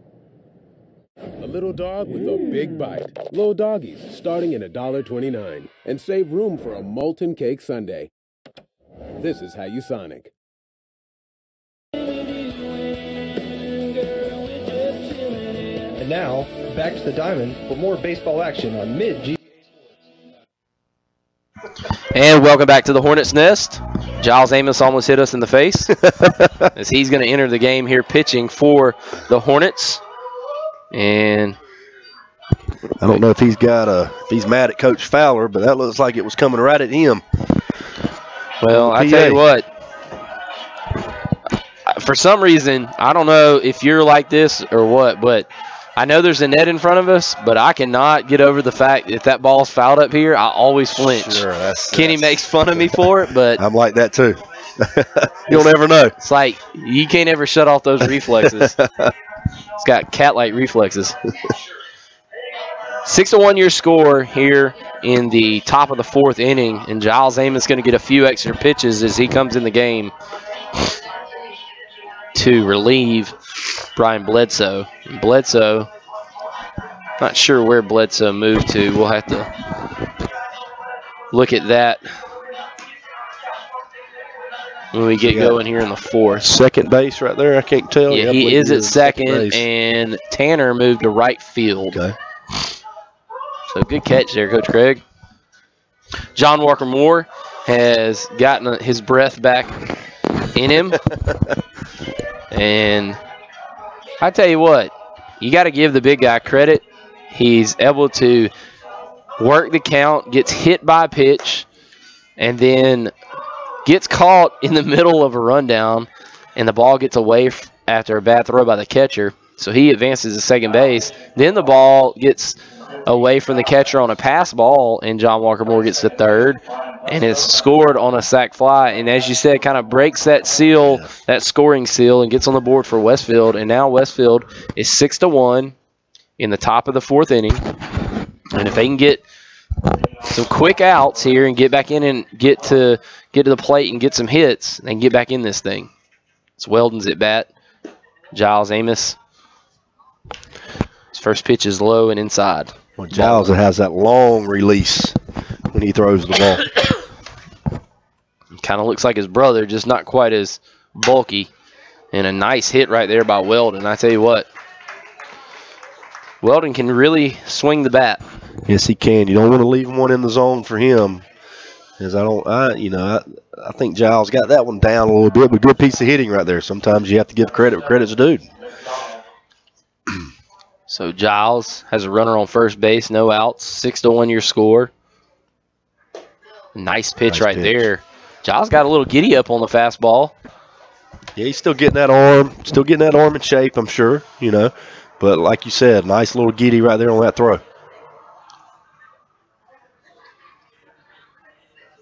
So Giles going to come set, runner at first base. And strike 2 here. And this is number 7, who's at bat for Southland. With Weldon on first base, McDonald is trying to advance him if he can. 6-1 your score with a runner on first base, and Giles Amos in to pitch for Brian Bledsoe. Amos delivers. Inside ball, 1-2 your count. That was close right there. What a good pitch to come back to. First pitch inside, next pitch outside on the outside third, and you just ran that one back in right there. It looked pretty good from up here, but we are not right behind the batter. So, yeah, we're offset just a slight hair. Giles. Whew. I don't know what the umpire is looking for. Maybe that was a little low. Again, those both look really good. Yes, they did. 2-2 your count. See if Giles can get a big strikeout here on McDonald. Giles comes set. And he swings and miss. Nice pitch right there by Giles, and he gets a strikeout. And Giles looks in midseason form here. Yes, he does. Yes, he does. It looked like he took a little off that one. I couldn't really tell, but a big out for the Hornets. As Gurley comes back to the plate, and Giles rocking and firing. Ball a little high right there, ball 1.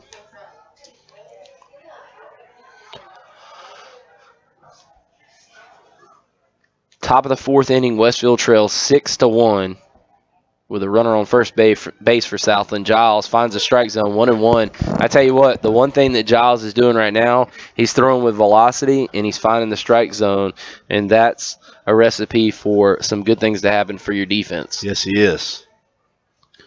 Other than the hit to Weldon, who is pretty much hitting anything that's thrown up there. That ball's fouled away, and I show you a little bit of my reflexes there. I jumped back on that one, too. It was right at us. We could have caught that with a glove. We could have. It's a dip away. Gurley fouls it away, and 1-2 the count. I'd like to see maybe some all-speed pitch from Giles. Not sure if he's got anything other than maybe a changeup.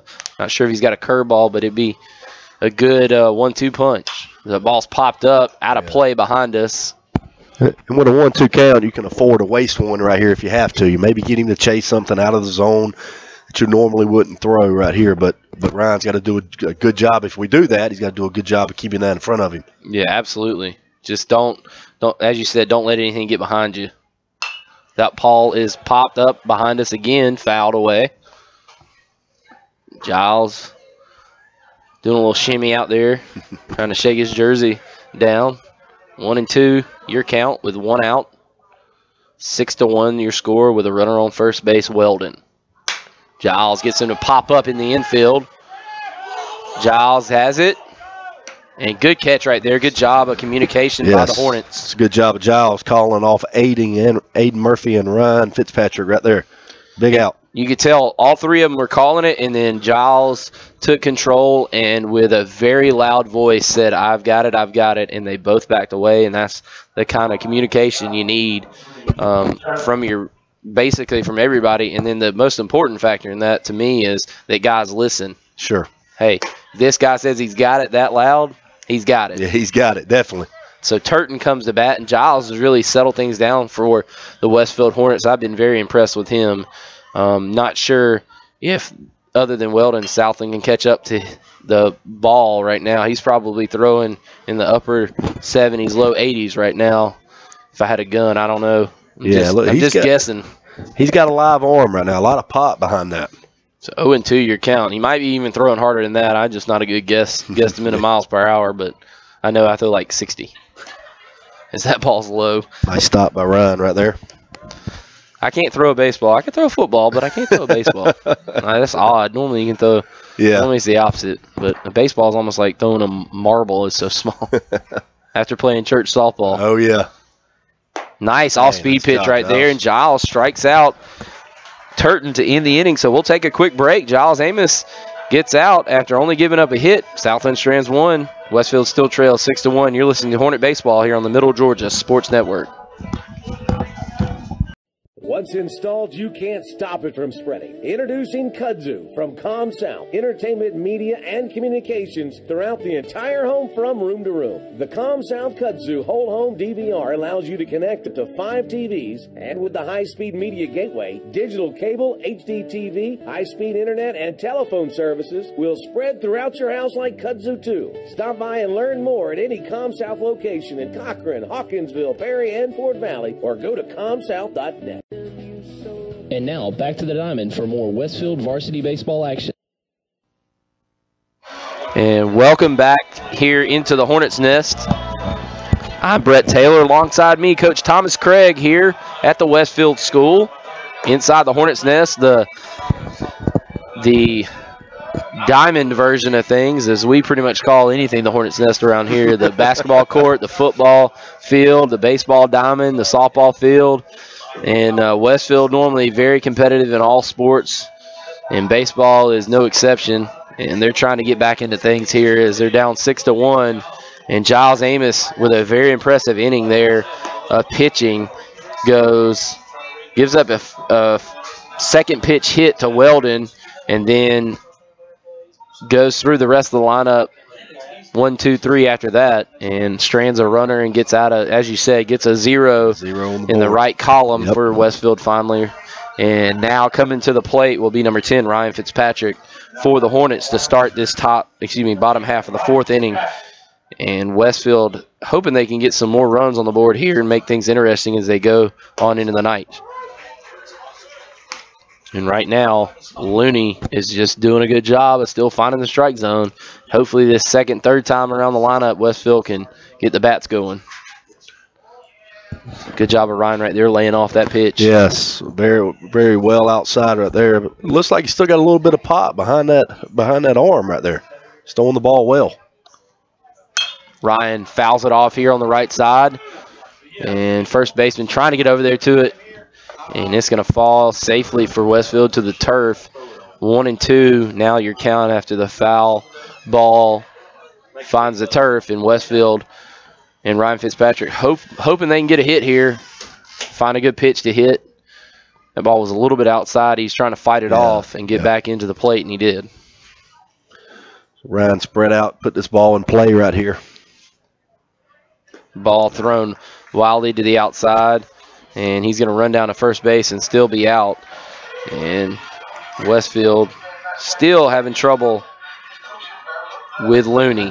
I tell you what, I talked last inning about Giles wasting the pitch right there. Looney looked like 1-2 count, threw that one way outside and got Ryan to jump on it. That's what good pitchers do. Number 22, Aiden Murphy, coming to the plate here for the Hornets. And Looney still in command of this game. It's that ball on the outside corner, strike 1. He's staying ahead of our hitters. You know, he's getting ahead of our hitters, and that's what you want to do as a pitcher. And another strike. Yeah, ball looks outside right there, but umpire likes that spot. Now they're going to go even further out. Yep. It almost looked like the Japanese in Little League Baseball. Throw the ball in the other batter's box and get calls. That does look like that. 1-2, your count with 1 out. Looney has the ball lined down the right field line by Murphy. Good contact. Just can't keep it in play. He's going to have to choke and poke here and protect that outside corner as Looney, the last 2 batters, has really looked to go after that outside plate, the outside part of the plate. Hornets need a base runner. Need to get somebody on right here. Looney rocks and fires. And Murphy pops it out there to center field, base hit. And a good job, as you figure the center fielder might attack that a little bit, but maybe he just underestimated his speed and misjudged the baseball. But nonetheless, Westfield will take it. I don't know if he lost that one off the bat or what, but looked like, I don't know. I'm not playing center field. I'm in the press box. And could have had a lot more space between it than it looked like from here. Could have. But it was a very well hit ball by Aiden Murphy. Murphy gets back on the throw to first base. Just trying to keep him honest. Murphy not the most fleet of foot, but have seen him score a touchdown or two from about 20 yards out. Ball thrown wildly. Aiden Murphy going to get down to second base on the wild pitch. And now Giles has a runner in scoring position with an opportunity here, count 1-0, to score a run with a base hit. And again, continue to, as Coach Craig says, chop that wood and get back in the game. Swing and a miss right there by Giles. That's a big cut right there by Giles. Just needs to take that bat right to the ball. I think sometimes Giles gets a little bit long, as you said, trying to take those big cuts. Fouls that one away. That'll be on the softball diamond. That's a big run right now for the Hornets at second base. If we can somehow, some way get him home, that is a huge run. Tell you what, if Giles can find his way over the second baseman's head, he could run from here to Jacksonville, Florida. Yes, he could. And he strikes out swinging. That outside curveball is a tough pitch to hit, and it's enticing. And Brian Bledsoe going to come to the plate. 6-1 your score. Westfield has a runner at second base and 2 outs here in the bottom of the 4th inning. Now batting for Westfield, number 9, Brian Bledsoe. Bledsoe takes a curveball for strike 1. A lot of confidence in that pitch right there. Throw that first pitch curveball. Absolutely. If he can recognize that, I mean, that's a ball you can really tee off on. Looney comes set. And the ball is lined to first base. Nice contact by Bledsoe, but Westfield strands a runner and gets no runs in that inning. They will go to the top of the 5th inning, trailing 6-1. You're listening to Hornet Baseball here on the Middle Georgia Sports Network.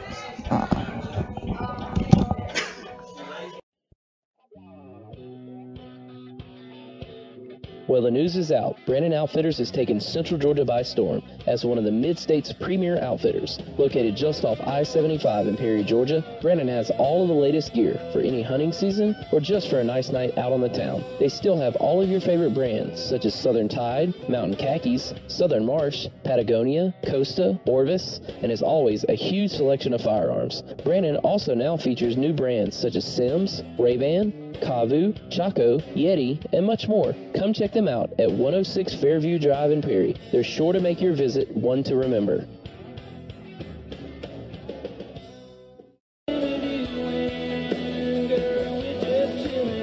And now, back for more baseball action on Mid-GA Sports. And welcome back into the Hornets' Nest. Westfield still trails here as we go to the top of the 5th inning. 6-1. Aiden Murphy going to come on to pitch this inning, as Giles did a great job there in the top of the 4th. And I think this might be a calculated move by Coach Fitz. See if he can't get Aiden to get through this bottom half of the lineup, as you've got the bottom half of the Southland lineup coming up. They haven't been as productive tonight. Maybe Aiden can come in and get some ground balls, and then you might bring on Cole Brandon to finish things off if you can get back into the game here. Yeah, I believe Rob is, I mean, what a great inning for Giles. Needed that inning, needed that work on the mound right there. But you also got to be thinking about the rest of the week too. You play tomorrow also, and you play later on in the week. So that might be a calculated move to save that arm maybe for tomorrow, later on in the week. That's a very good point. As you said, the Hornets, and we'll go ahead and prep tomorrow's game, and the Hornets will be in action yet again tomorrow night, and they will be taking on Deerfield Windsor here tomorrow night inside the Nest. And big rivalry games back-to-back for both for Westfield for both nights. Doesn't get any bigger than Southland Westfield and Deerfield Westfield. So that ball's inside by Aiden Murphy, and 1-0 is your count. Good pitch right there. It's the exact same pitch that Looney's been getting.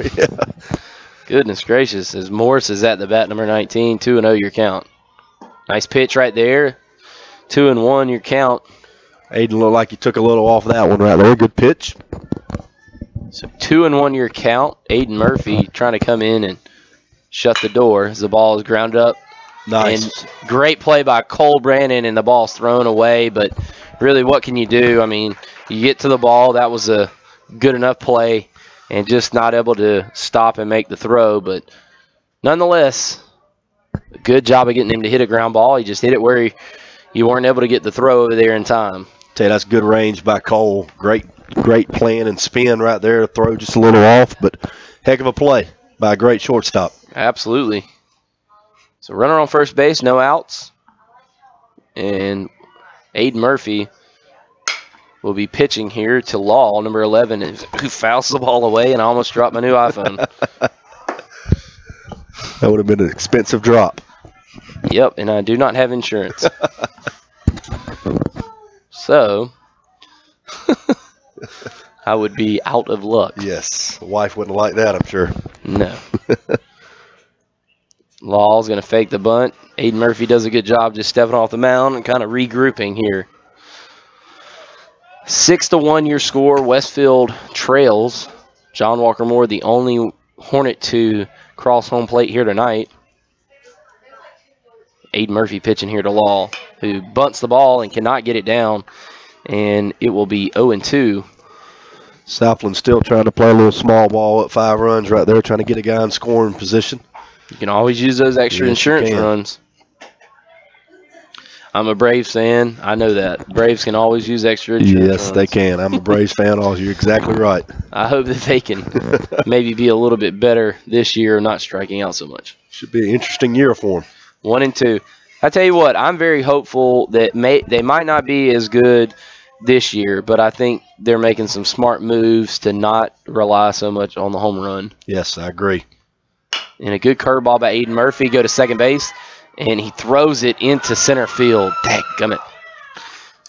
And he had it set up pretty good and just can't get the ball down on the throw. And Aiden is going to have 2 runners on after the throwing error. And Westfield gets 2 ground balls like we talked about, and just bad luck and bad throw right there. And Westfield now has runners on, Southland now has runners on first and second with no outs here in the top of the 5th inning. That one just got a little wild out of Aiden's hand right there. Maybe rushed it a little bit. Aiden throws it. And ball is outside here to number 14. That is Looney, back to the top of the lineup. And Aiden really needs to focus here and try to get some outs before he faces the middle of that lineup. Ball thrown outside. 2-0. And it looks like Looney's wanting to give the bunt away, so he might just take an out here if you can get it. Yeah, I believe they're wanting to try to lay this thing down, and like you said, they'll take the out and move the runners over.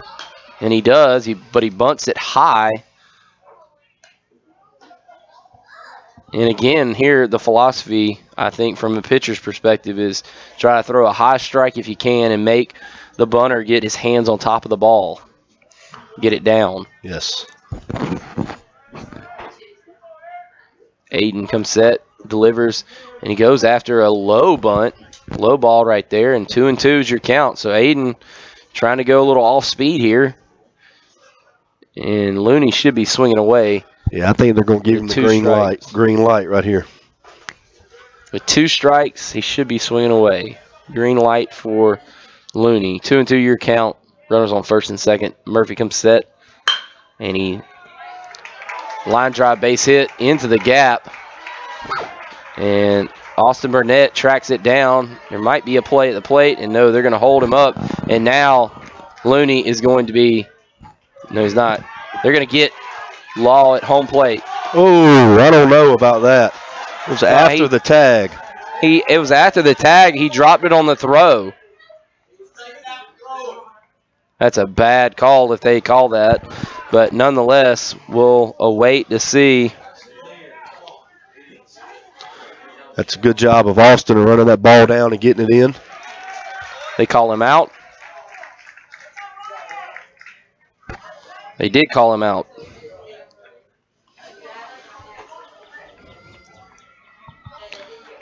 So 7-1 your score, but a runner thrown out at home. I think they got the call right on the review, or not review, but on the conference between the two officials. Ryan had taken 2 steps after he had the ball, after he tagged him, and was trying to throw it down to third base and dropped it. And that exchange from glove hand to ball hand, after the tag, he dropped. Well, you know, even now in the majors, and I don't know how this is in high school rules because a lot of that stuff takes a long time to funnel down, but that exchange on second, because they're trying to protect players at second base, they no longer, it's that proximity call or whatever. Right. And number 4 right here for the Southland Raiders is at bat. And I believe this is Weaver. He fouls off the first pitch. 0-1 your count. 7-1 your score. And Weaver swings and misses yet again. 0-2. Runner at third base. Westfield trails 7-1. Now we lost the scoreboard. Woo! Good pitch inside. Wow. 7-1 your score. Westfield trails with a runner on third base, and the count is 1-2. 2-2. Missed a ball somewhere.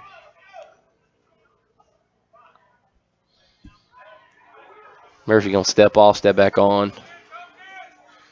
Settle things down here. Ball gets away from Ryan.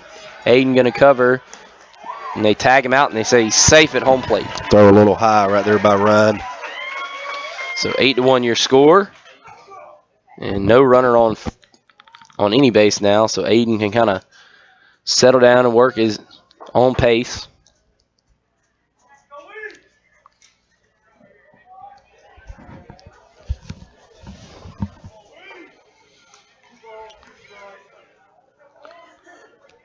3-2 the count.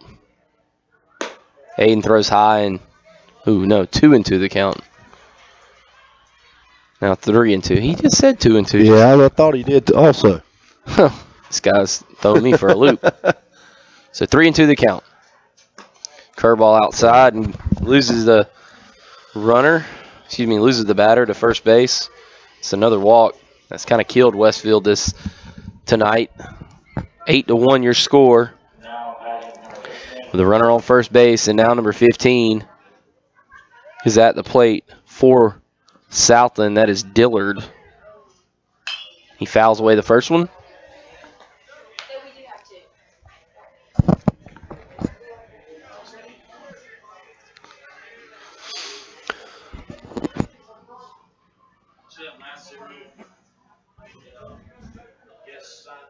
So 0-1 your count. Aiden Murphy comes set. Ball high, 1-1. Got to work down right here if you're Aiden. Let your defense do the work for you right here. Turned out to be a very pretty night after we thought we might get some clouds. A nice strike right there. 1-2 your count. Now work low. Maybe you can get a ground ball, as you said. Right. Try to get a double play. Aiden comes set. And nice swing and a miss. Nice pitch right there by Aiden Murphy. And he's going to go back to the dugout is Dillard. And good at bat. Good batter to pitch to right there by Aiden. Yeah. Wasn't worried about the runner at first. Got ahead right there. Stayed ahead. Good job, Aiden. And Weldon at the plate. See what we do here. Looks like something got thrown over. It was from the guys out in the outfield. Yeah, we even have a student section in baseball. It might have been a soccer ball. I believe it was. It wasn't the outfield crew. So Aiden going to pitch to Weldon here. Aiden throws high. Got to be careful right here with this guy batting. He's really hurt us tonight with his stick. 1-0 your count. Nice curveball, gets him to swing. Good pitch right there by Aiden Murphy. Weldon's eyes lit up right there, and Murphy throws a spinner, and he can't catch up. Kept him off balance a little bit. Throws over to first first base and trying to keep that runner honest over there.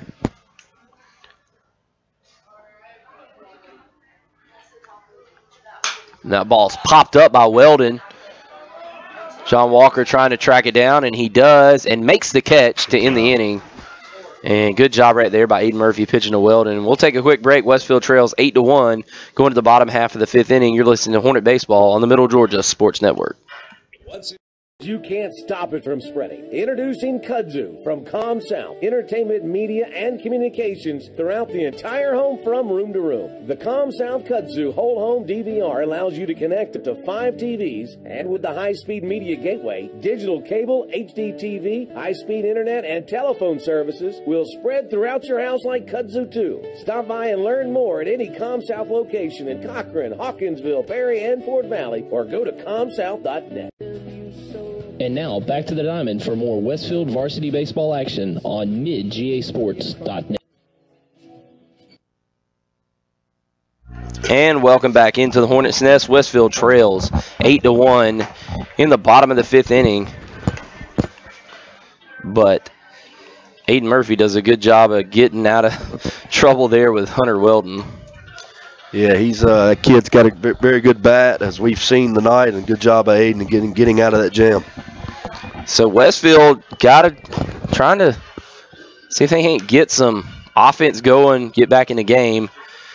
But it's been a tough struggle here tonight. Bottom of the 5th inning, and up to bat here for Westfield will be Ben Murphy.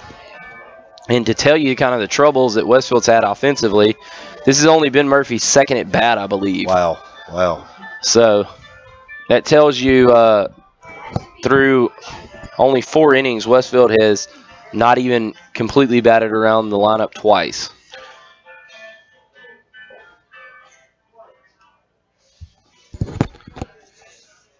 So Looney, it's the outside strike call that he's been getting all night long. 0-1 your count. Staying ahead of his batter too. He's been doing a good job of that all night long. Ben Murphy lays one down the third base line, and he outruns it, and he's going to stay. He needs to hurry back because he did make a little move like he was going to second. But he is able to outrun the throw to first base, and a good job. Nice bunt. So he lays it down the third baseline, and the third baseman did a good job of coming in, but just didn't have a chance. If you're Westfield right now, hey, you'll take anything. You need runners. Absolutely. Is John Walker Moore? Hopefully he can be a gnat to Looney yet again, as he got into Looney's head something serious earlier. Looney just couldn't seem to get him out and finally hit him with the ball. Murphy dives back in. Something Westfield, as we spoke about in the pregame, they have a lot of speed, and Ben Murphy is just one of those guys that can move for Westfield. Yeah, for Ben's size, he moves pretty well. Ball's high to John Walker Moore. And give you a ComSouth stat update right now. Westfield, Tanner Westbrook has 1 hit, 1 at bat, and he also has an RBI on a sac fly. And Brian Bledsoe also has a hit. Ben Murphy has a hit, and Aiden Murphy has a hit. Ball's lined down the right field line, just foul. So Westfield with 4 hits on the night and 5 strikeouts. So not a good night at the plate for the Westfield Hornets. And conversely, Southland Raiders have 8 hits, 8 runs, 6 RBIs, 6 walks, and 6 strikeouts. So Westfield hasn't struck out as much, but they have not been able to make enough damage on the base pass. John Walker Moore, nice bunt, forces the throw to first and gets the runner over to second. So the big man does his job and gets Ben Murphy down to second base. That's a good job by John Walker of getting the runner over, getting the bunt down. That's what you're supposed to do in that situation. I'm sure Coach Fitzpatrick they work on that a lot. Good job by John Walker.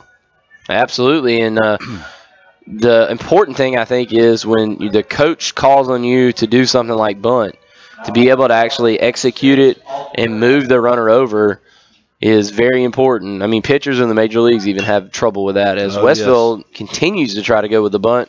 Austin Burnett bunts that one foul down the first base line.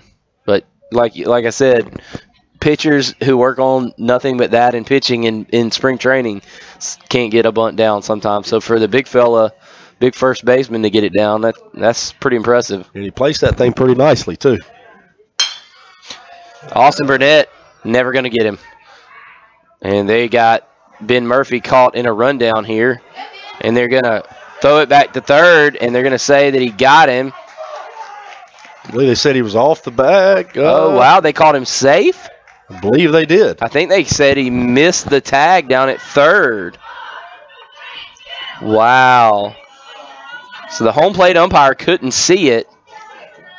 And now they're going to go back and talk about it some more, but I don't think he got the tag because I think the ball was thrown on the opposite side of him. Yeah, ball hit to that side right there. I'm sure, being he is taught, he needs to freeze, not advance when the ball hit to that side of the infield right there. But Hornets got away with one. Number 1, Tanner Westbrook. So Westfield with runners on second and third as Austin intelligently moved up as the rundown was going on. That should go as a base hit for Austin because they were never going to get him. No, they were not. So ball thrown out wide to Tanner. So Ben got caught in a little bit of a rundown, but nonetheless finds his way over to third base. Very fortuitous for Westfield. Ball outside to Tanner yet again. Trying to keep the ball away from Tanner, it looks like. I'll tell you what, he can put it down on first base side. Ball thrown wildly outside yet again. And you got Cole Brandon on deck. And if you walk the bases loaded, big time hitter on deck.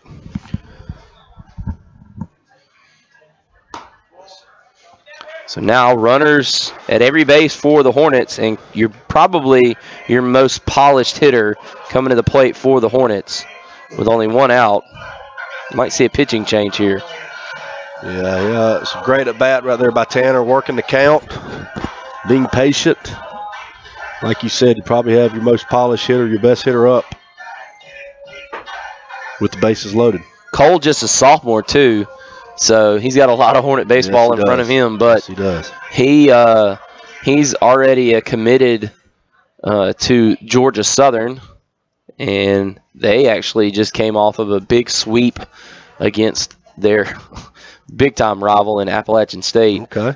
And this past weekend, Cole was tweeting about it, and Cole follows us on Twitter, and we follow him. Okay. So we get to see all the things that the Westfield athletes are tweeting about.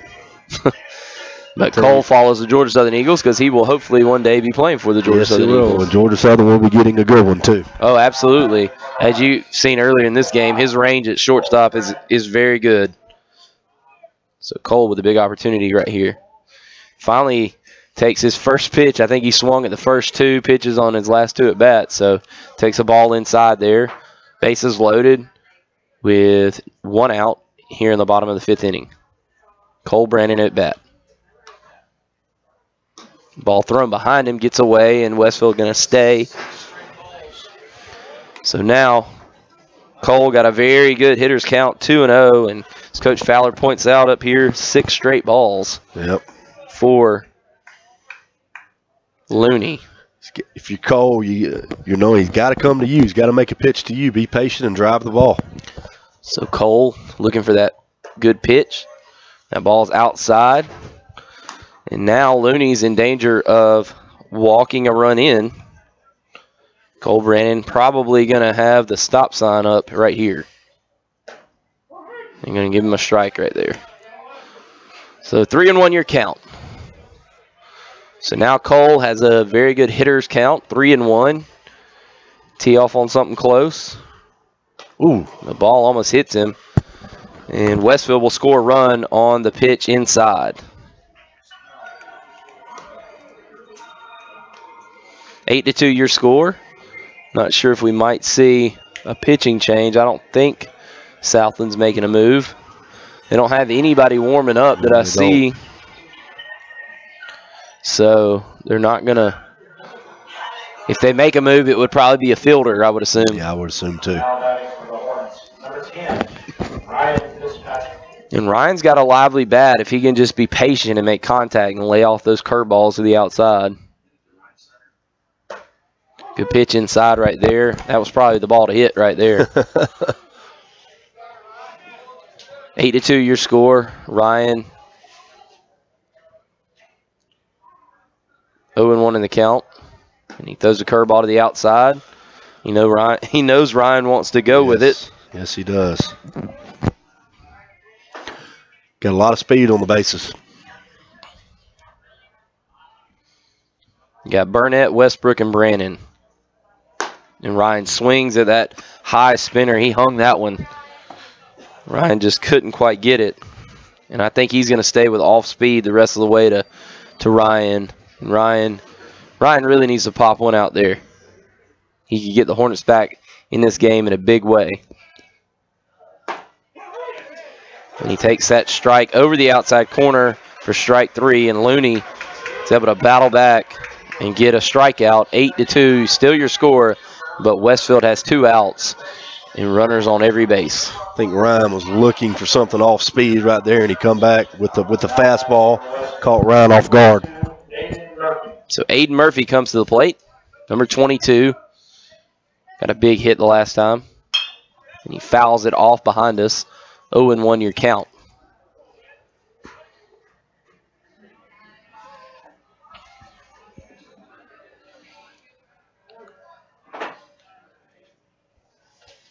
Comes set. Aiden pops it up to shortstop. Shortstop's under it and makes the catch, and Westfield strands 3,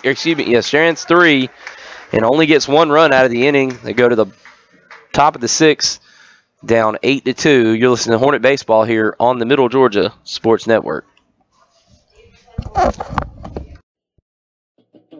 Set your own banking hours with Planners First Online Banking. Planners First Online Banking allows you to connect and access your bank accounts 24/7. For those that are always on the go, you can check your balances, pay your bills, transfer funds anytime and anywhere you have internet access. Let Planners First Online Banking make your life a little easier. Planners First, a legacy of excellence since 1896. Member FDIC, an equal housing lender. And now back to the diamond for more Westfield varsity baseball action on midgasports.net.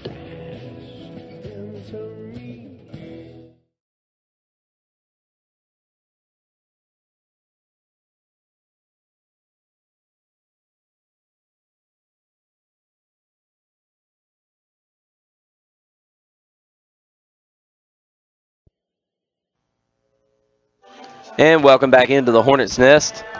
I'm Brett Taylor, alongside me, Coach Craig, here inside the nest, in Westfield struggling just a little bit.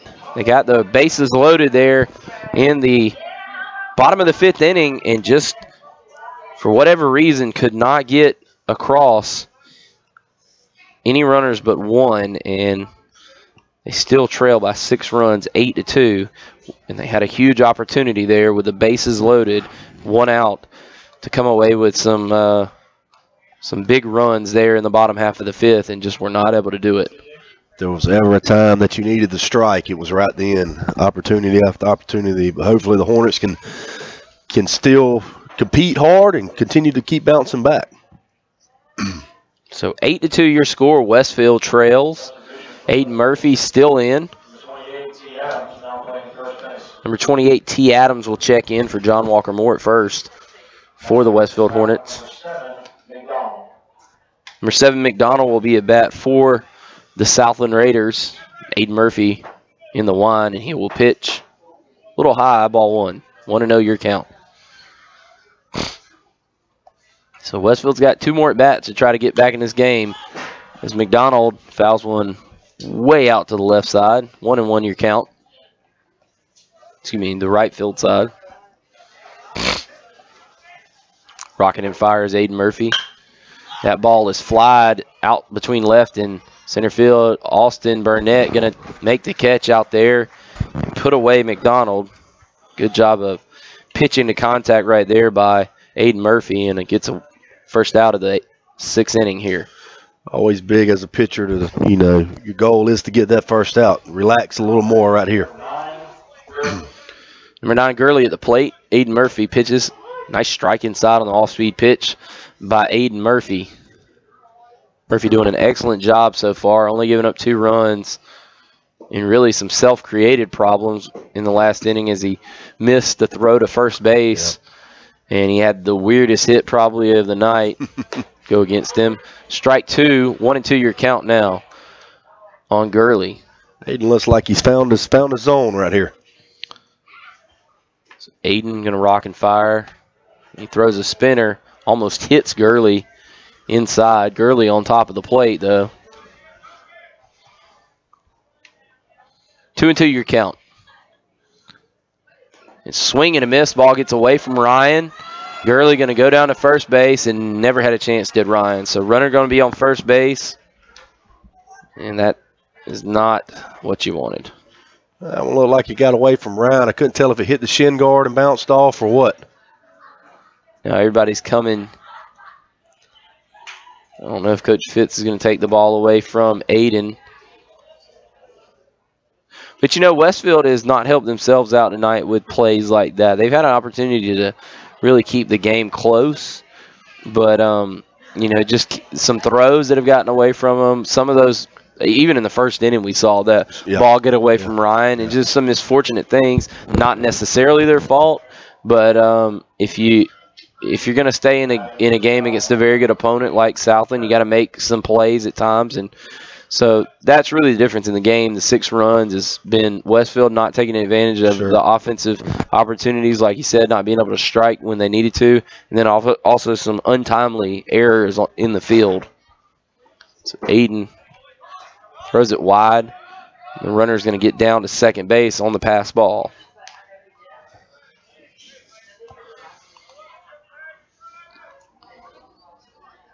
So 1 out. 1-0 here to Turton, number 3 for Southland. Aiden throws the ball outside.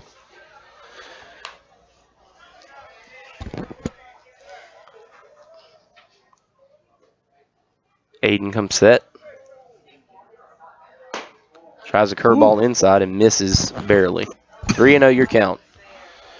It wouldn't be a bad thing to put Turton on first base. It would put a force at third. Yep. And bring in a potential double play ball. Nice strike right there on the inside corner. 3-1 your count. See if Aiden can bounce back right here with another pitch like that again.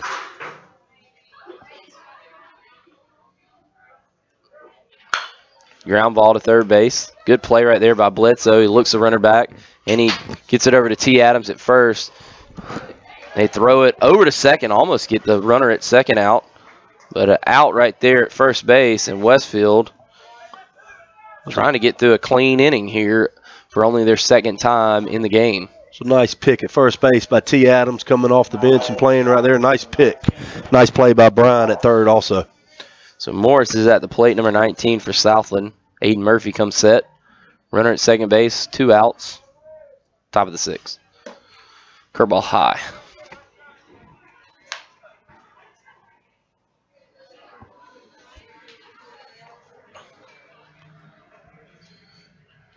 Aiden comes set.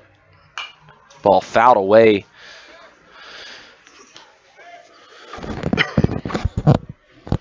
One and 1 your count. As Morris fouls that one away. Aiden comes set. Ball inside to Morris. That was close. Don't seem like to be getting these inside calls tonight.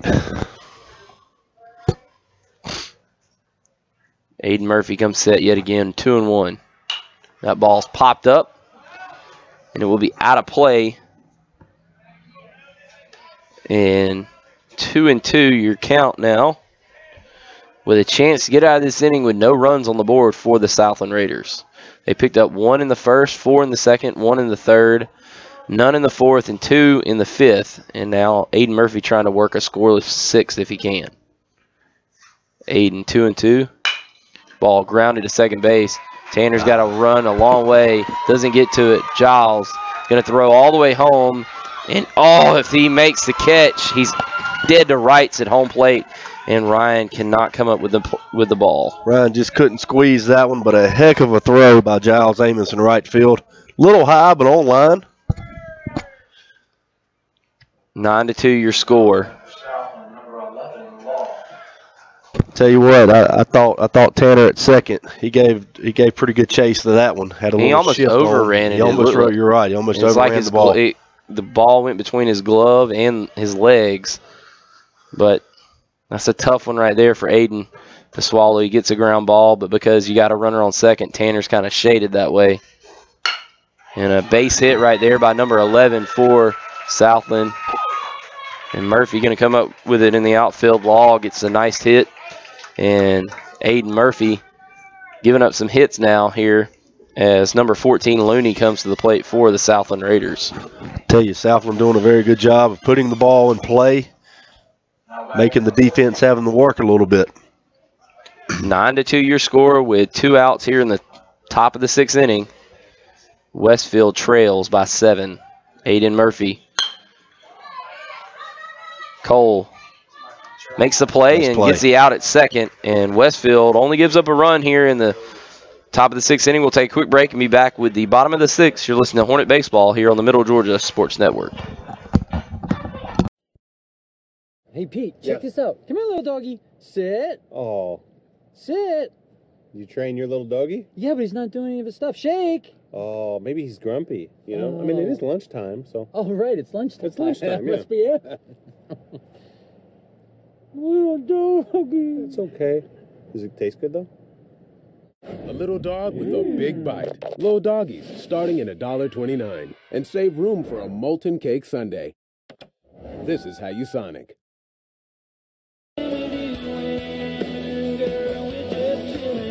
And now, back to the diamond for more baseball action on midgasports.net.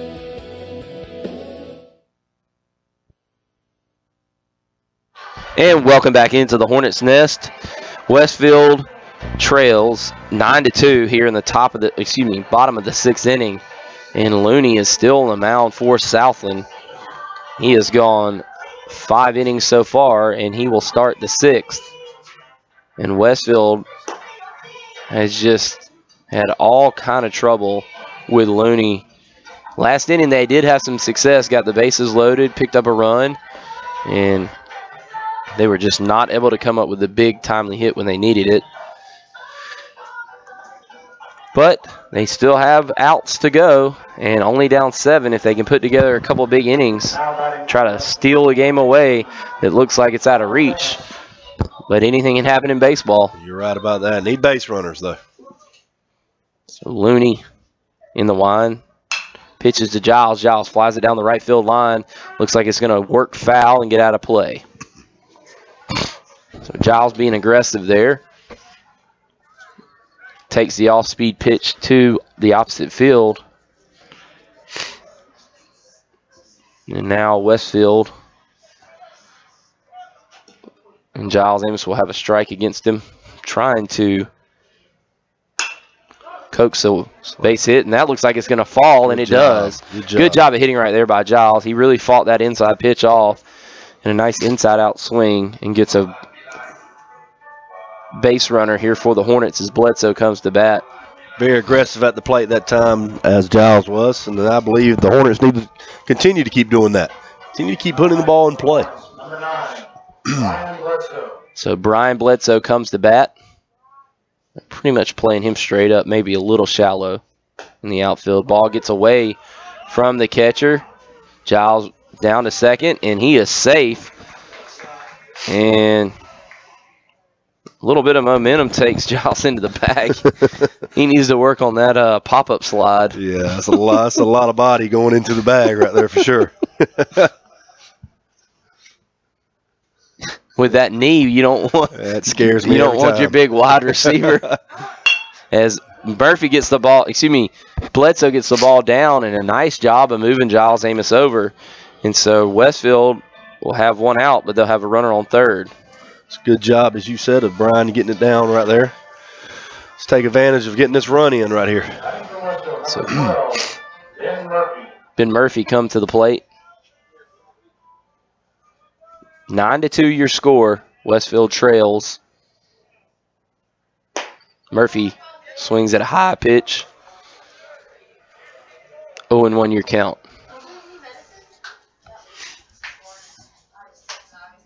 Giles Amos at third base. 1 out in the inning. Ben Murphy pulls the bunt back. 1-1 your count. I think if there's any kind of pass ball right here, I believe you have to send Giles. You need to take that chance, I believe. I'm sure Rob has told him that. Now we get an extra big lead. Yes. Look how far in the third baseman place. Yeah. Swing and a miss right there. 1-2. Just work your way down the third base line. It's going to be hard for him to get back. And with Giles' length, he can dive 4 feet. Cover a lot of ground. 1-2 the count to Ben Murphy. Good job of laying that off of that one. That one's a tough one to lay off of. Yeah, look, you could tell at first on his stride he wanted that one, but good job of laying off. 2-2 your count. Runner on third base. Westfield trails 9-2 here in the bottom of the 6th inning with 1 out. And throws the fastball right by him. Good job of pitching right there by Looney. I tell you, it doesn't look like Looney has let up any. It looks like he is pretty consistent. He has gone late into this game, still throwing the ball well. So T. Adams at bat, facing Looney. Ball outside, 1-0. Yeah, he has been very consistent. Other than the last inning when he threw 6 straight balls, he's been pretty solid. T. Adams fouls one off, hits the light pole, it sounded like.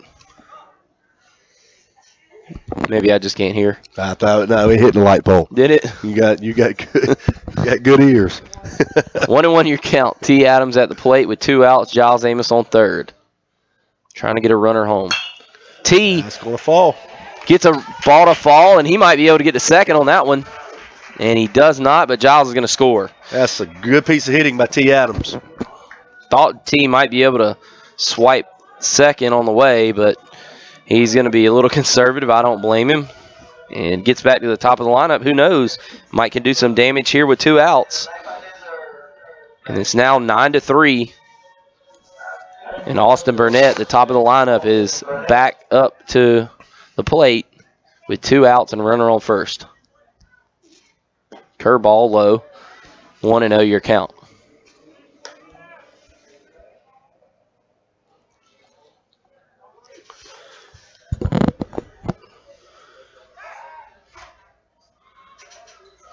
The runner gets back after the throw over. I'm sure Austin is thinking, be aggressive right here, be aggressive. Not too overly aggressive, but put the ball and play hard. Austin takes a strike, 1-1. Yeah, I mean, it's kind of pick your poison with Looney. He's so consistent, but yet you want to try to make him work, but it's hard to make a guy work who's throwing strikes. Yeah, exactly right. Exactly right. It gets kind of tedious at times with this pitcher. Austin swings, puts the ball on the ground, and the second baseman makes a good play, gets over there and catches it on the right hop, and gets Austin out to end the bottom of the 6th inning. So we'll go to the 7th. Westfield trails by 6, 9-3. You're listening to Hornet Baseball here on the Middle Georgia Sports Network. Well, the news is out. Brandon Outfitters has taken Central Georgia by storm as one of the Mid-State's premier outfitters. Located just off I-75 in Perry, Georgia, Brandon has all of the latest gear for any hunting season or just for a nice night out on the town. They still have all of your favorite brands such as Southern Tide, Mountain Khakis, Southern Marsh, Patagonia, Costa, Orvis, and as always, a huge selection of firearms. Brandon also now features new brands such as Sims, Ray-Ban, Kavu, Chaco, Yeti, and much more. Come check them out at 106 Fairview Drive in Perry. They're sure to make your visit one to remember.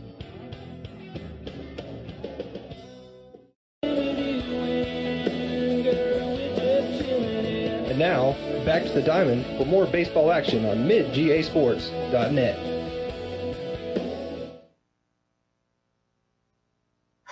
And welcome back into the Hornets' Nest. I'm Brett Taylor. Alongside me, filling in for Kenny tonight, Coach Thomas Craig. And we appreciate Coach Craig swinging on over here, and like he had to swing very far. No, I'm just kidding. Coach Craig lives in Perry now. And newly married Coach Craig. Congratulations to him. Sir. Thank you, sir. Got a great wife who is. I kept yelling at him, don't do it. Don't do it. No, I'm just kidding. Wife is at home listening to the game. Hopefully she'll have dinner when I return. Hint, hint, wink, wink. Hint, hint. I might hear that when I get back. I don't get to do those hint, hint, wink, winks because my wife's, almost 6 months pregnant. Wow, so congratulations. So she gets to tell me to, go in the kitchen and fix whatever we got. I'm not cooking you anything. And that's very understandable. Yeah, and that's her prerogative right now. Yes, it is. But anyways, I'd like to thank Coach Craig for helping us out. Kenny is probably finished T-ball practice by now, but by the time he got out here, it would probably be towards the end of the game. But nonetheless, Kenny will be back tomorrow as we will be back in the Hornets' Nest with the big rivalry game again between Westfield and Deerfield tomorrow. So that'll be a huge game. But Westfield had some unfinished business here right now. Hopefully they can get a clean top of the 7th and then maybe get a rally going in the bottom of the 7th and get back in the game. As got a new pitcher for Westfield. Number 14 for the Hornets, and that is Chandler Hill. Chandler Hill. And nice piece of hitting right there by Weaver, who gets a base hit on the 0-1 pitch from Hill. So Weaver will reach 9-3 your score. Runner on first base, no outs here in the top of the 7th inning. And Westfield trails by 6. And Weaver is 1 of 2 tonight. Now 2 of 3. Dillard at the plate. He is struck out, has 2 walks, and no hits here tonight, but he scored a run.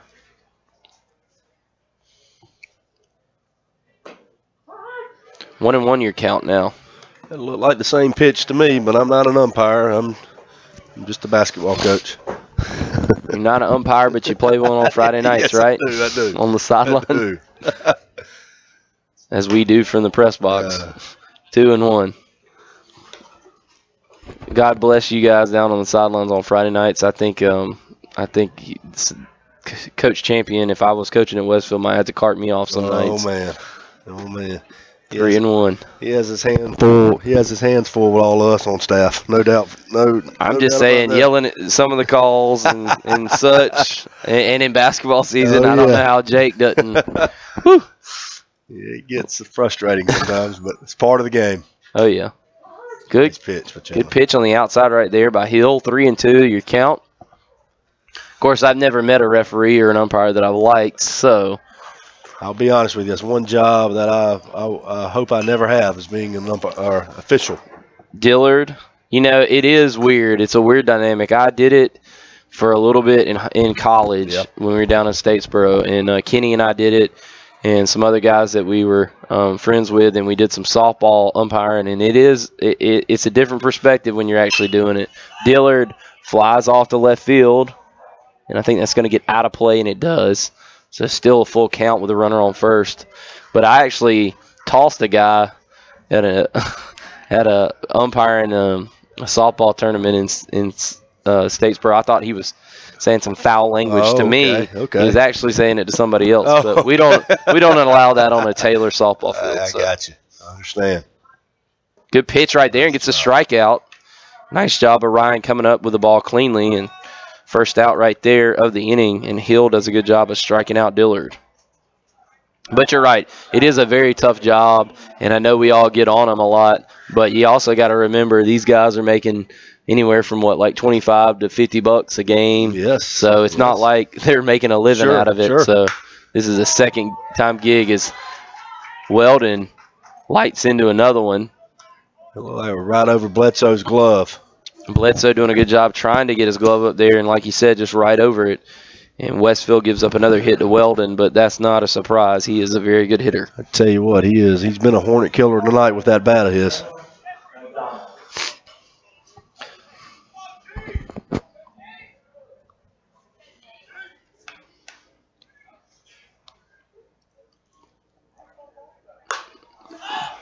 Popped up right here.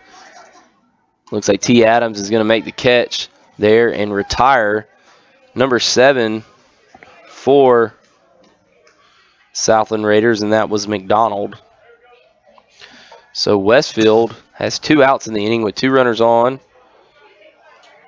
They're trying to prevent Southland from scoring any further runs so they can try to come back here in the bottom of the 7th inning. So number 9, Gurley, makes his way into the right-handed batter's box. Hill, low and inside, I guess. So 1-0. 2 outs.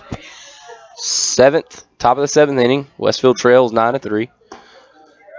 That ball is high.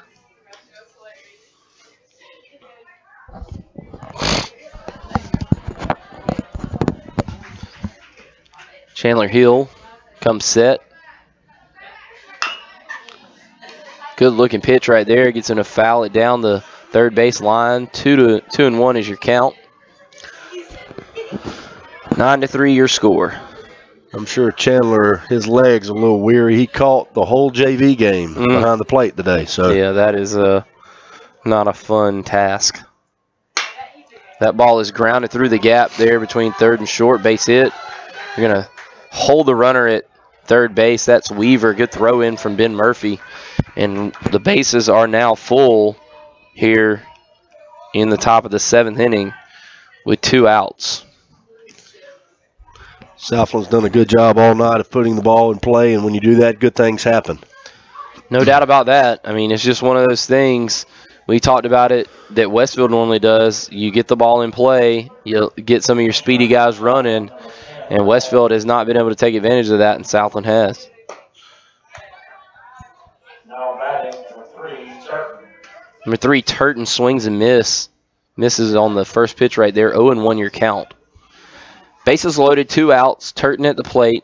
Chandler Hill faces him with an 0-1 count. Nice throw. Ryan fakes the throw back to third. 1-1 your count.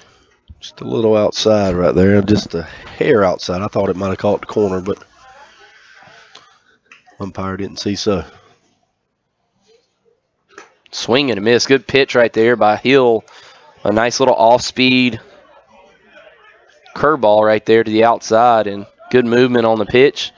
Now 1-2 your count. Let's see if you can come back inside and jam him. Get him to swing over top of it. Gets a pop-up, though, and T. Adams going to chase it down, and he makes the catch. And Westfield gets out of the inning, goes to the bottom of the 7th, trailing by 6. You listen to Westfield Hornet Baseball on the Middle Georgia Sports Network.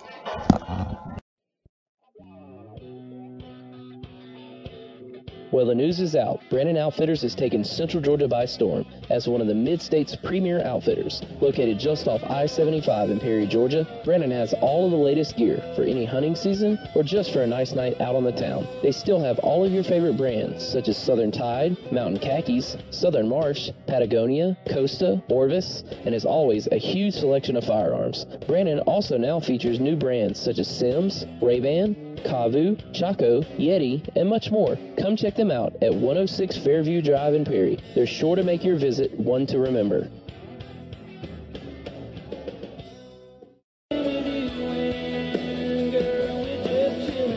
And now, back to the diamond for more baseball action on midgasports.net.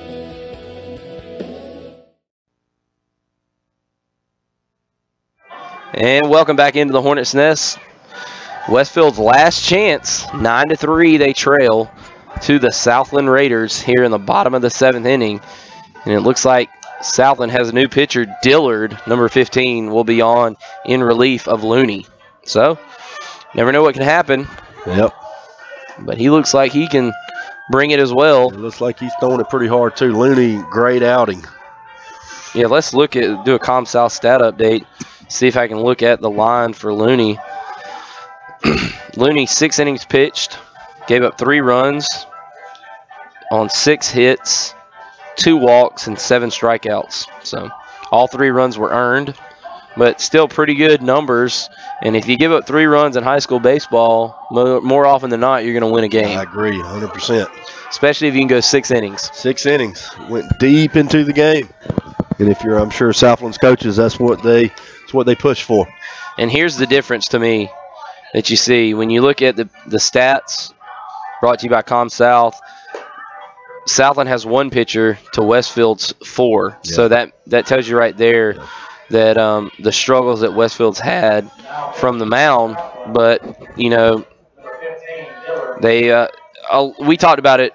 Obviously, Southland has hit the ball very well, but Westfield did not help themselves out at times with some plays they could have made and some weird things that happened. So Tanner's going to start things off here against Dillard, and he takes a ball way outside.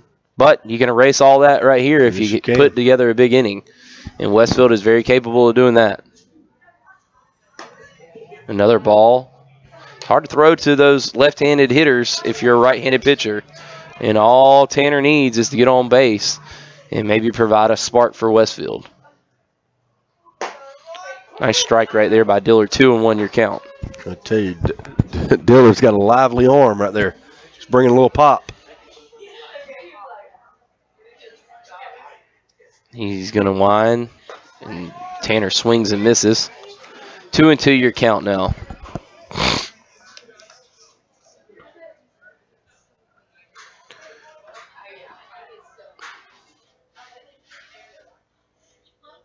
Wind and pitch, and strikeout there for Dillard.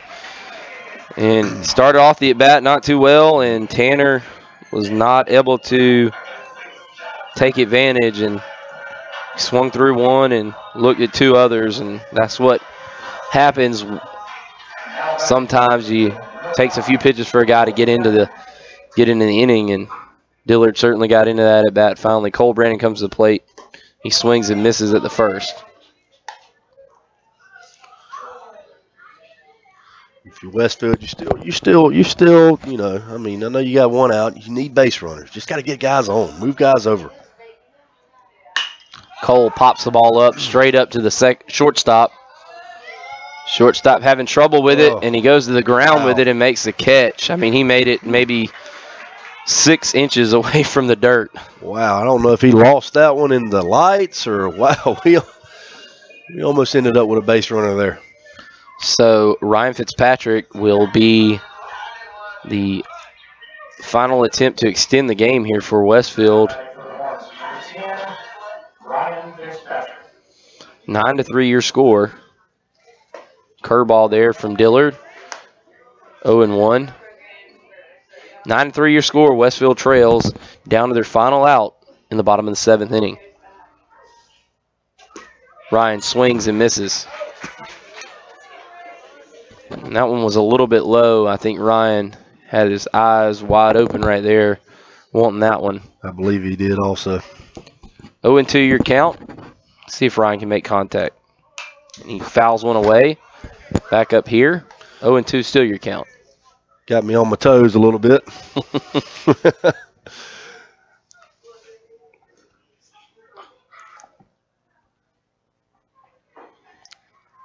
Rocking and fired. And a swing and a miss.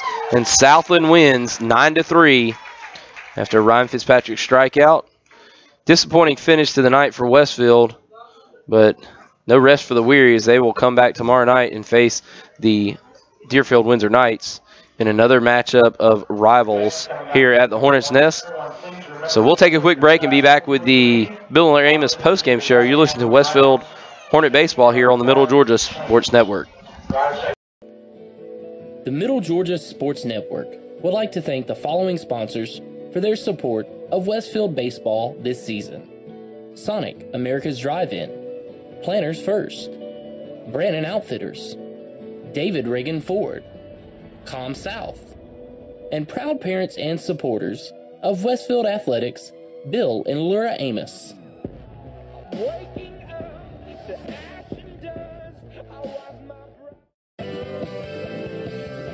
With With all your stats, game analysis, and game awards, it is time for the MidGASports.net postgame show. Brought to you by Bill and Laura Amos, proud parents and supporters of Westfield Athletics.